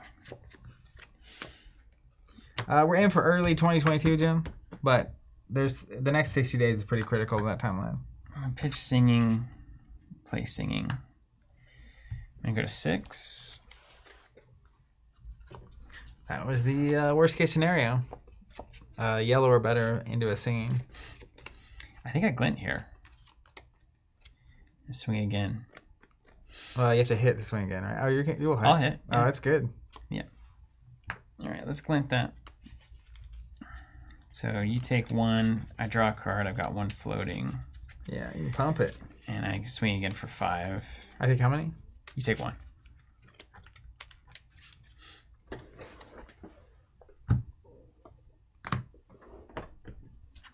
And then swing again for 5.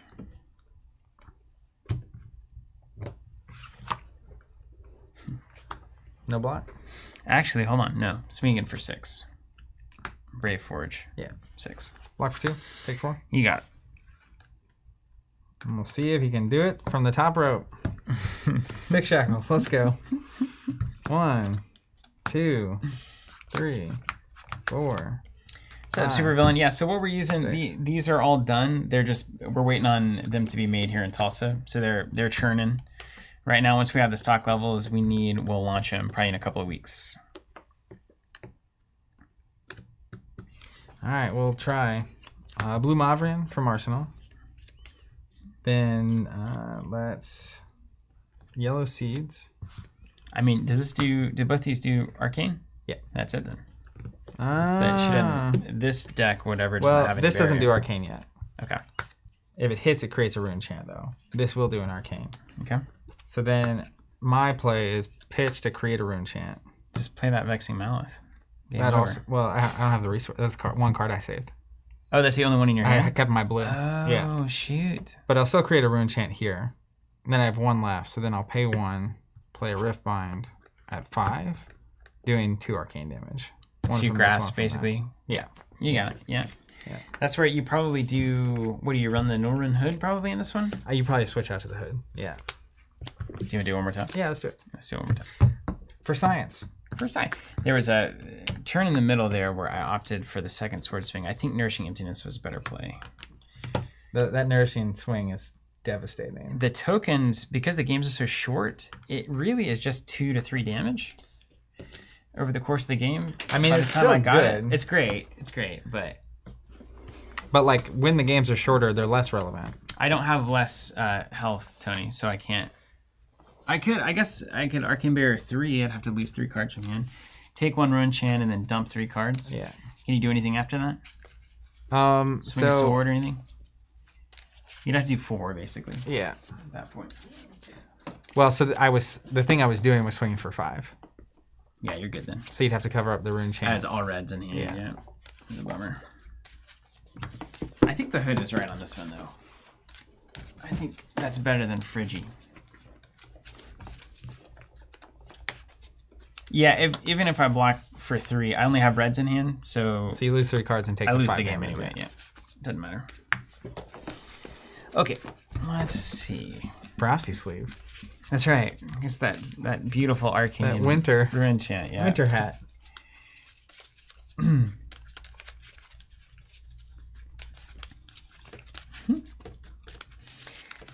I was definitely looking at Brave Forge along the way there, Maxi. I'm not sure There are times too where that I missed it. even if you have the floating resource, threatening, Threatening the reaction. like yeah. once you pump, especially if it's like a card out of hand, that's actually way better for me. Because there were moments where I didn't block because it was like, if I block and he pumps and it was a waste of time, it's bad. It's real But bad. if I know I can block and get rid of your token, Yeah, then it's a totally different game. I'm with you. All right, you got choice. I'll go first. You go Andrew, I first. think people don't use D20 because they're really easy to knock over. All right.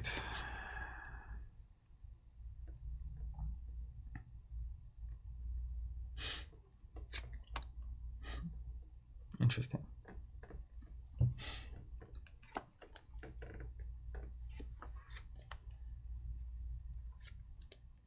Knock, yeah. Okay, let's just have fun. Why not? Sure. Blue seeds into blue shadow averser. So 1 arcane triggering, and I'll banish an unhallowed rites to give it go again. What's that gonna come in for? 4, and then I can put a non-attack action with blood down the bottom of my deck. You got 1 left after that. Jim wants to know the all-important question. Yeah. I have no idea why you can't wear white after Labor Day. I'm gonna block the arcane damage. Okay. Shadow Verser for 2. Mm-hmm.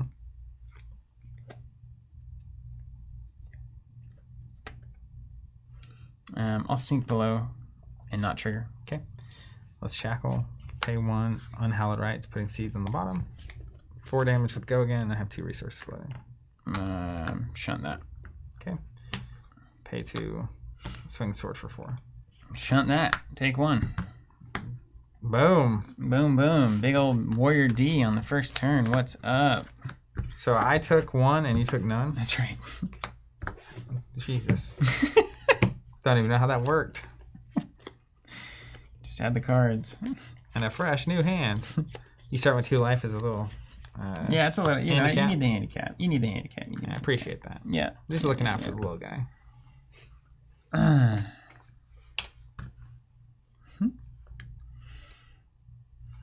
Yeah, Evan, for the big tournaments, keeping track with pen and paper makes a ton of sense. Yeah.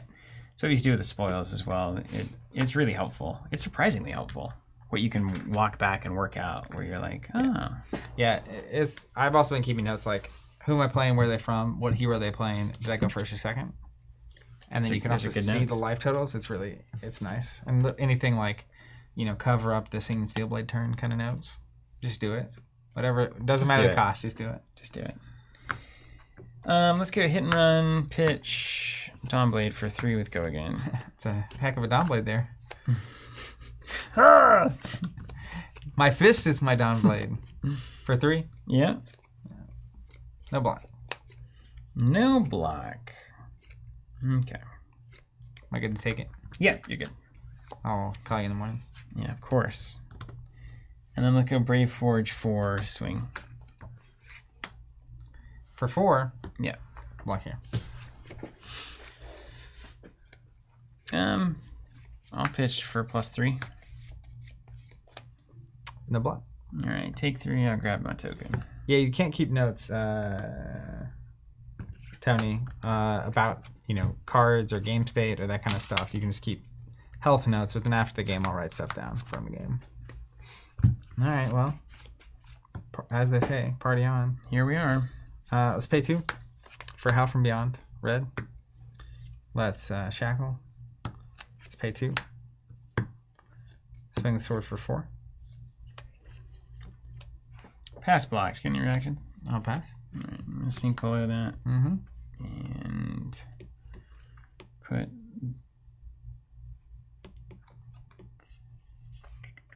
this on the bottom. Okay. Then we will. You good? Command and Conquer for 9. 9 with a draw. No draw. No draw. All right, it's not plunder. I wish it were plunder. 9.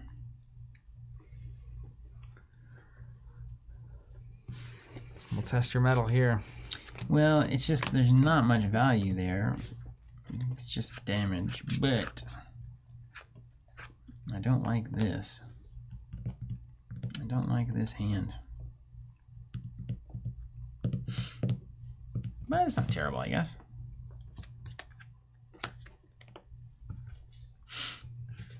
I'll take 9.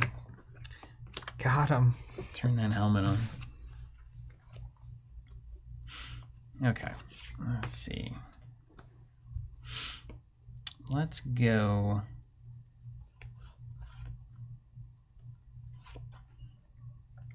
Let's pitch, swing for 4.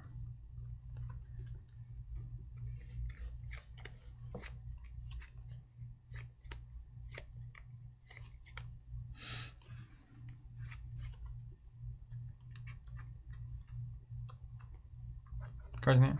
2.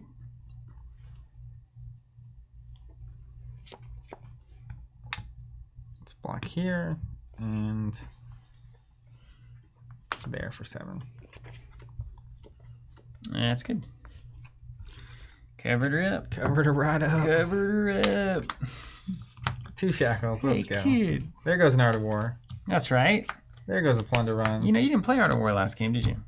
I didn't. No. My luck is there's run your dry. difference. Weird turn. Weird turn.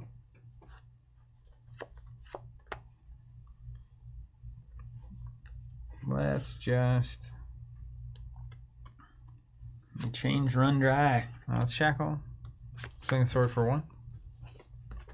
1, huh? Boltius. Pass. All right, look at that value. We're just shackling.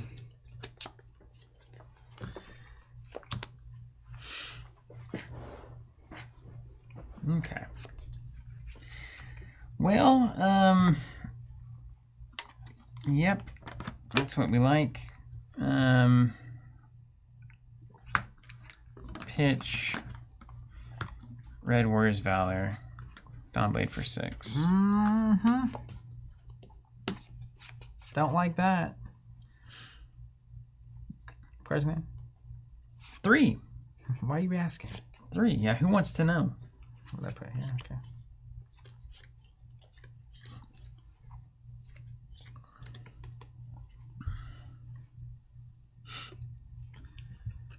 It's block for 9. 9, huh? 1 card in hand over there. Yep, 1 yours. All right, I'm gonna react with the Foresight. Mm-hmm. I'm not gonna trigger that. pitch Foresight. Go to 12. Pass. Got 2 floating. Yep. Take 3. Take 3, and then I'll go again. Brave Forge Bracers, swing for 4. Okay. Still Dorinthia. Mm-hmm.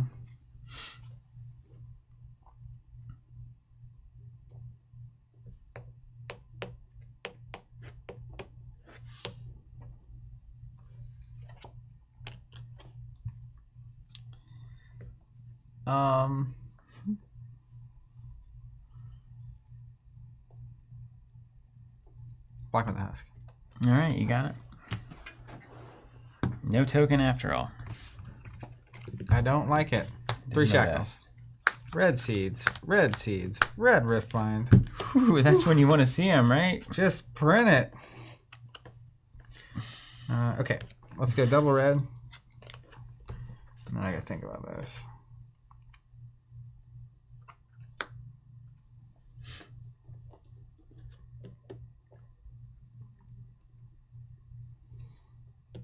We'll go shackle.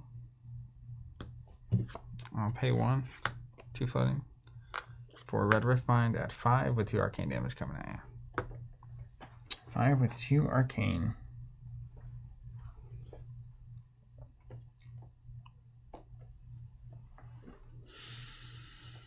You got that sword coming in. That's pretty good. 2-card hand. 1-card hand. Yeah. You played that out? 1-card hand. Disgusting. No hit effects on that guy? No. All right, I'll take 2 arcane. Mm-hmm.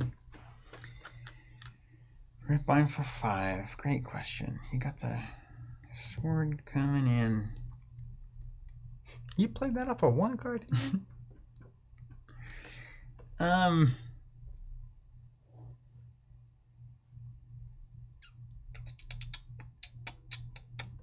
taking 5 here. Yeah.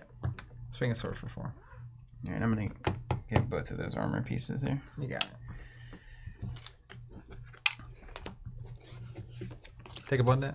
That's right. Clock's ticking. Pay our lowered Ursa. Hit and run. Dawnblade. 3 with go again. I'm getting sick of that thing. I know, it's like we've done it millions of times. No black. Okay. And I'll CNC at you. I'm CNC dynamite. Yeah, sure, we'll block 6. Alright. Arsenal that. Alright, here come 4 shackles. There's a red seed. Can't be as good as last time. there goes Soul Reaping. Unhallowed Rites and Eclipse. It probably can't be as good as last time, you're right.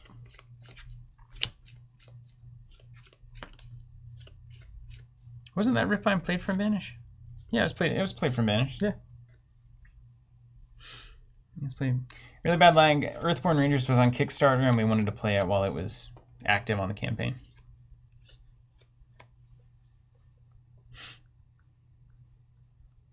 Let me get some more of those Armoire tokens.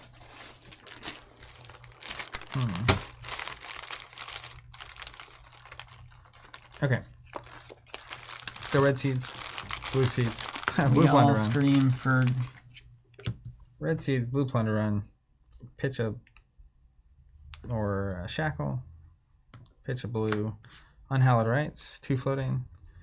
I'll put this red seeds back under, but you have 1 arcane damage coming at you. 1 arcane and then an unhallowed. What does that say? That's not one of the Unhallowed's the put a non-attack with blood dead on the bottom of my deck. That's how I get the seeds back. And then plunder run, of course, you know that one. and it's coming in for 4.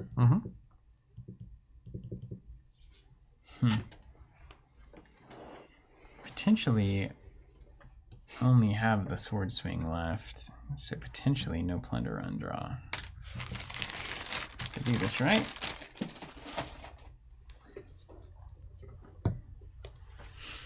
Dynamite.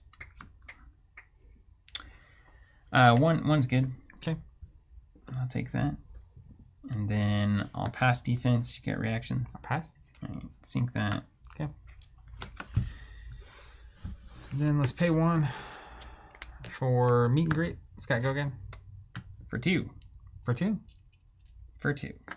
And that's going to be the end of it. If it hits a draw card. Yeah. If I block it, it's over. It's over. It ain't over. And I think I'm going to.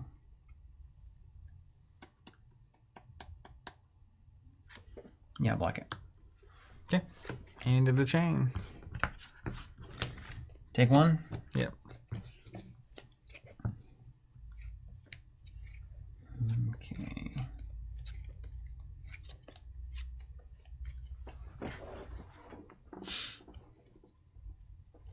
Okay. 5. At this point, it's really, yeah. It's really, you probably don't want to be blocking. Correct. I'm no big city lawyer. But I do know. I do declare. What did I yeehawed earlier? Or what did I even do? What did you even do? Woo-hoo. All right. Let's go Supremacy. Oh, it's the worst. And then let's pay 1. Dawnblade 5. It's the pits. 1 float and 1 in hand. It's horrible.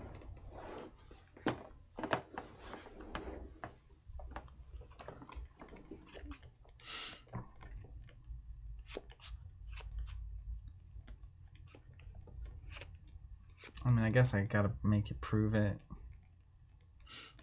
This could get out of hand bad. Depending on what I have in hand. You see? You get it? All right, let's do this. I'm gonna take it a different direction. I'm gonna play Art of War. All right. Man, you make Chane use a defensive Art of War now. You're getting somewhere. Banish Riftbind, +1 defense, draw 2. Yeah. What happens if that happens in a game? I do that all the time. Judge. You It might just give you a lose. penalty. Just a penalty, that's it? There's a -2 IP, which is 2 turns in a row of -1 intellect. Whoa, Like cool. if you draw an extra That's card. a cool mechanic. Yeah, okay. yeah, it's pretty well. That's kind of cool. Coming in for 5. Let's block for 8. You banish Riftbind. Block for 8. You proved it. You got it. I'm doing nothing more. That could have gone way worse for you. Put that out there. I was queued up and ready to party. All right. I could 5 smell shackles. it in the air, you know? 1, 2, 3. Oh God. 4, 5. That is horrible. Just the worst. Hey man, you like taking that blood debt? Yeah, it's happening. I'm just going to pass Arsenal, take 5 blood debt. Okay. You're like a Levia player now. So I could play one of those, but like 1 extra blood debt. Next round though, I might be able to go crazy because I have 2 rips. Yeah. That could get out of hand. Turn on the heat. Yeah. Yeah. I like it. We like the stock. Okay. Let's go Courage. Oh God. Of course. You know, here we are.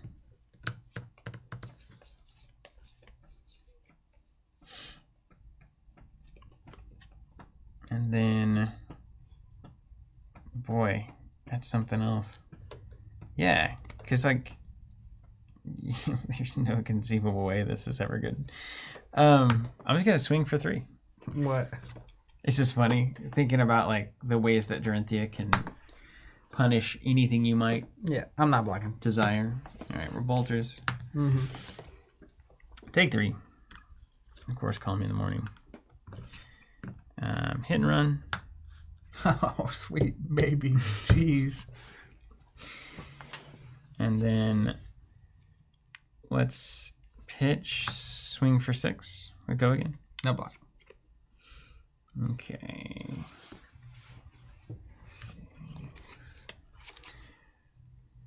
Let's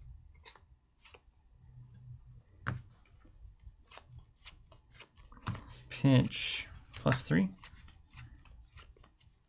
No block. All right, take 9. I'll take my token. Anything more than an all red hand there feels so good, so very good. Yeah. All right. Let's Couldn't go 5. punish it when it mattered. 5 shackles. 1 doesn't matter. Dory does that so much. She really does. She loves those all red hands. 4, 5. Well, you got your work cut out for you, man. I do. Enjoy the puzzle. I'll be over here. I do. Nah, I don't think it'll take me that long. All right, let's go. Yellow seeds. Definitely doing that. Are you on all reds? No. I'm sure not. Wouldn't that be nice? All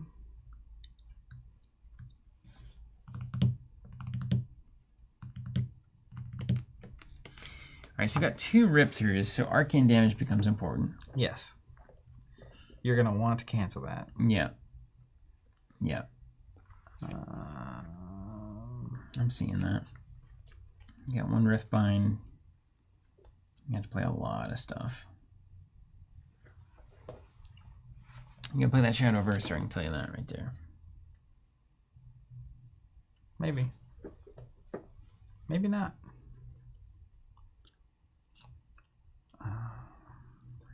Or if you play none of it, you die to Blood Debt. Not doing that. So maybe that's an idea. I like that. Why don't you do that one?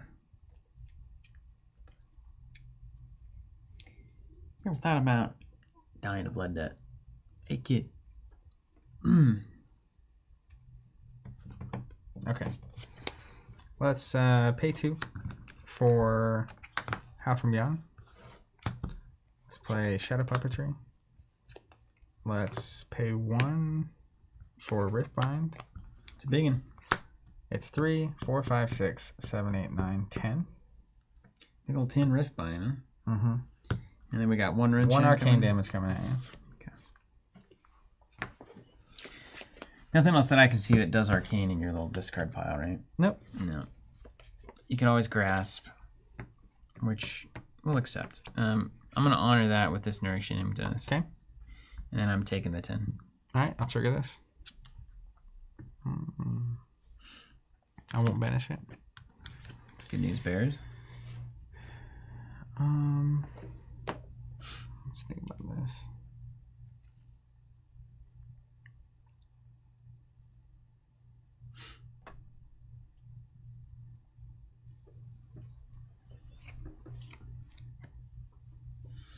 Do I have the health? I think you do. I think you do. Don't tell me that in the tournament, though. You gotta make me sweat, stress out.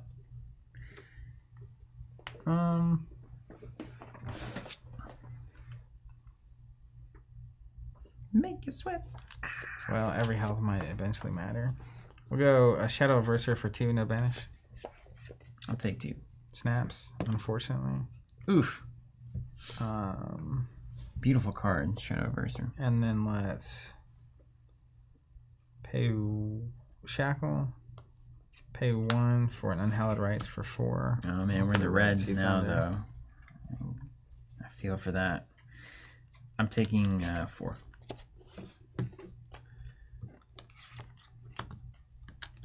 Okay. Then I will pass. All right. Take 4 Blood Debt. Yeah. Yeah, we're in a good spot here. I too drew reds. Yeah, there it is, man. What's up with these decks? They don't draw well. They draw like garbage. Block with your life.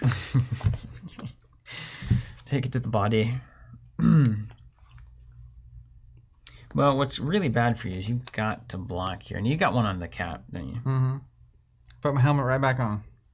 Let's go. Okay.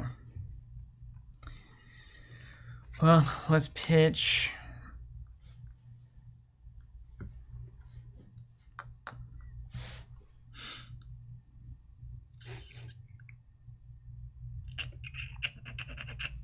Yeah. So we'll Supremacy and then swing. It's so bad. For 6 here.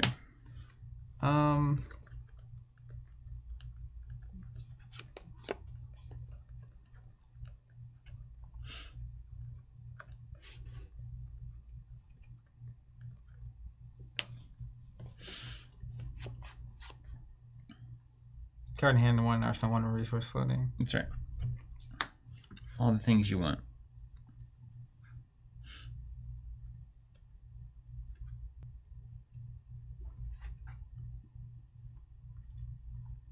I don't think there's a way out of this. But let's try anyway. Let's pay 1 for an Art of War. Yep. We'll banish a card that doesn't matter to draw 2 and get +1 defense. Well, Might and Strike, eh? What are you at? I'm currently at 6. Alright, let's block for 9. 9? Okay. Each one of this is 4? Mm-hmm.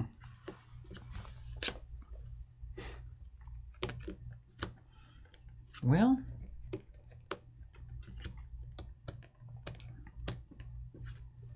yeah. Pitch 1 for route. 7 damage swing there. So +3, -4 from you. Blocking for 4, you're at what? I'm right at 4 if I'm not mistaken. You're at 5 and I'm at 9. Or 6 + 4. Pass 6 + and 9, die. yeah. Just there. Dead. I think the turn that I stopped your first supremacy with Art of War, I should have just taken it. I had like 20-ish health. It's like, just take it. Just take it. I have to swing back harder. You think you could have? Well, I had Art of War. Yeah. So both times you had to use it defensively. That's not where you want to be with Chane, is it? But like the first time I used it, I actually stopped your shenanigans. Oh, you did. So like, and it was a good stop. Yeah. I had the red hit and run that ended up in Arsenal. Yeah. It looks really bad. Yeah, and then you came back. You kept coming back with Steel Blades. It's a problem. Yeah. That card's good. Yeah, Steel Blade's a good card. Yeah. And it's especially, it's kind of like, well, it's better than Poison the Tips, but it's similar in that you feel like you have, it's these cards you feel like you have to block. Mm-hmm. Does Ninja present that kind of a threat to Chane? It's just the card draw. It's just card draw. Yeah. So that's why I think they go all gas, is that you have to penalize them for letting you draw cards. And if you draw into defense reactions or something. Yeah. So when you're on Mask Whelming and they don't block, that needs to be like 8 more damage. Yeah. Not 2 defense reactions. Yeah, I'm into it. That makes total sense, actually. And everything's got to have go again. Yeah. Because you've got to be able... It's just like... Which is why they get rid of those top-end combo pieces. Everything that you're doing has to be getting you more damage that you're drawing. Yeah, against Chane. Against Chane, yeah. Well, and the other thing about Chane is like... even a Ninja on the 3 defense cards, it's like, if you can just do enough damage in the first 4 turns, not even to kill him, but to basically, you have to do so much damage there that on the next leg of the race, you can either block out or you can pressure enough that they have to block. Yep. And then when they have to block, those 7, 8 shackle turns are not good. Yep. Which is what you were just doing to me here. The highest cost banish there that I've seen. Yeah, and it happens. Yeah, to play like 12 out. Sometimes it doesn't. Like I've been on 5 shackles where I pressured them into no hand, and then they hit like 2-0 cost, and that's it. Mm-hmm. And it's like that could have been like 6 damage. Yeah. And then it's just not. Yeah. But I think that's when you're looking at Chane, that's the structure you have to realize is assume you have 7 to 9 turns, and then the first 4 or 5, you need to do as much damage as possible while taking the least amount as possible. So whatever the best map is, trades, if you have a 0 for 4 defense reaction that filters, cool. If you have whatever it is. If the card could do 4 instead of block for 2, then do 4. Yeah. And then once they switch, you need to be in a position where you're pressuring them.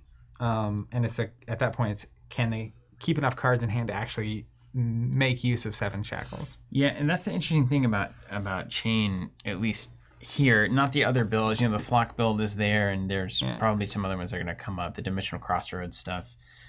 But it's pretty one-dimensional in that, like, Katsu or Dory, they can race Chane, but also in a non-race situation, they can also block and have efficient hands. Yeah. Chane does not have the option unless you're not shackling. Yeah, which is a totally different deck. Because it forces the issue. If you're not on enough cards, you can't play out all your banish stuff. Now, that said, like like Brendan, when I was playing with Tim using a similar deck to this, and I was playing Bravo, he went slower on the shackles. And then particularly he got to 3 or 4 shackles and just hung out. Because really then it's like you can actually block. Yeah. And then you still get 3 and 4 card hands. That makes so much sense. And they don't. And it's kind of an interesting dynamic. Is it really just developing where Chane is going to end up on 3-4 shackles and hang? Unless he thinks he can just race you to the end. Yeah.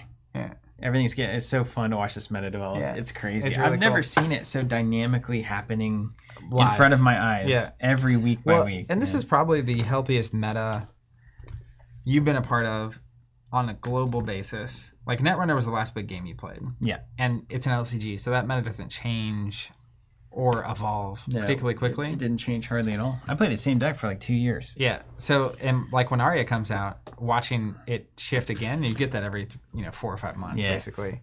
For a game this big with this big of an audience, because the meta at large also figures things out faster. Mm-hmm. The bigger the player count, it's like people start figuring out how to deal with certain problems. And it's just moving. Yeah. But it's just moving. So even so, like, Monarch's been out for, goodness, how long? Since May? It feels like it's been forever. 3 months. 3 months, and it's still everything's just moving. 12 weeks, yeah. And adapting and changing. And that to me is a sign of a really healthy metagame where it's now player expectations, choices, predictions that are starting to change things rather than Monarch drops, we figure out the strongest thing, everybody plays it, and that's what it is until the next set. Yeah. Because now it's like, well, there's 7, 8 heroes that are finding their way in top 8s and finals. And in different ways. Yeah.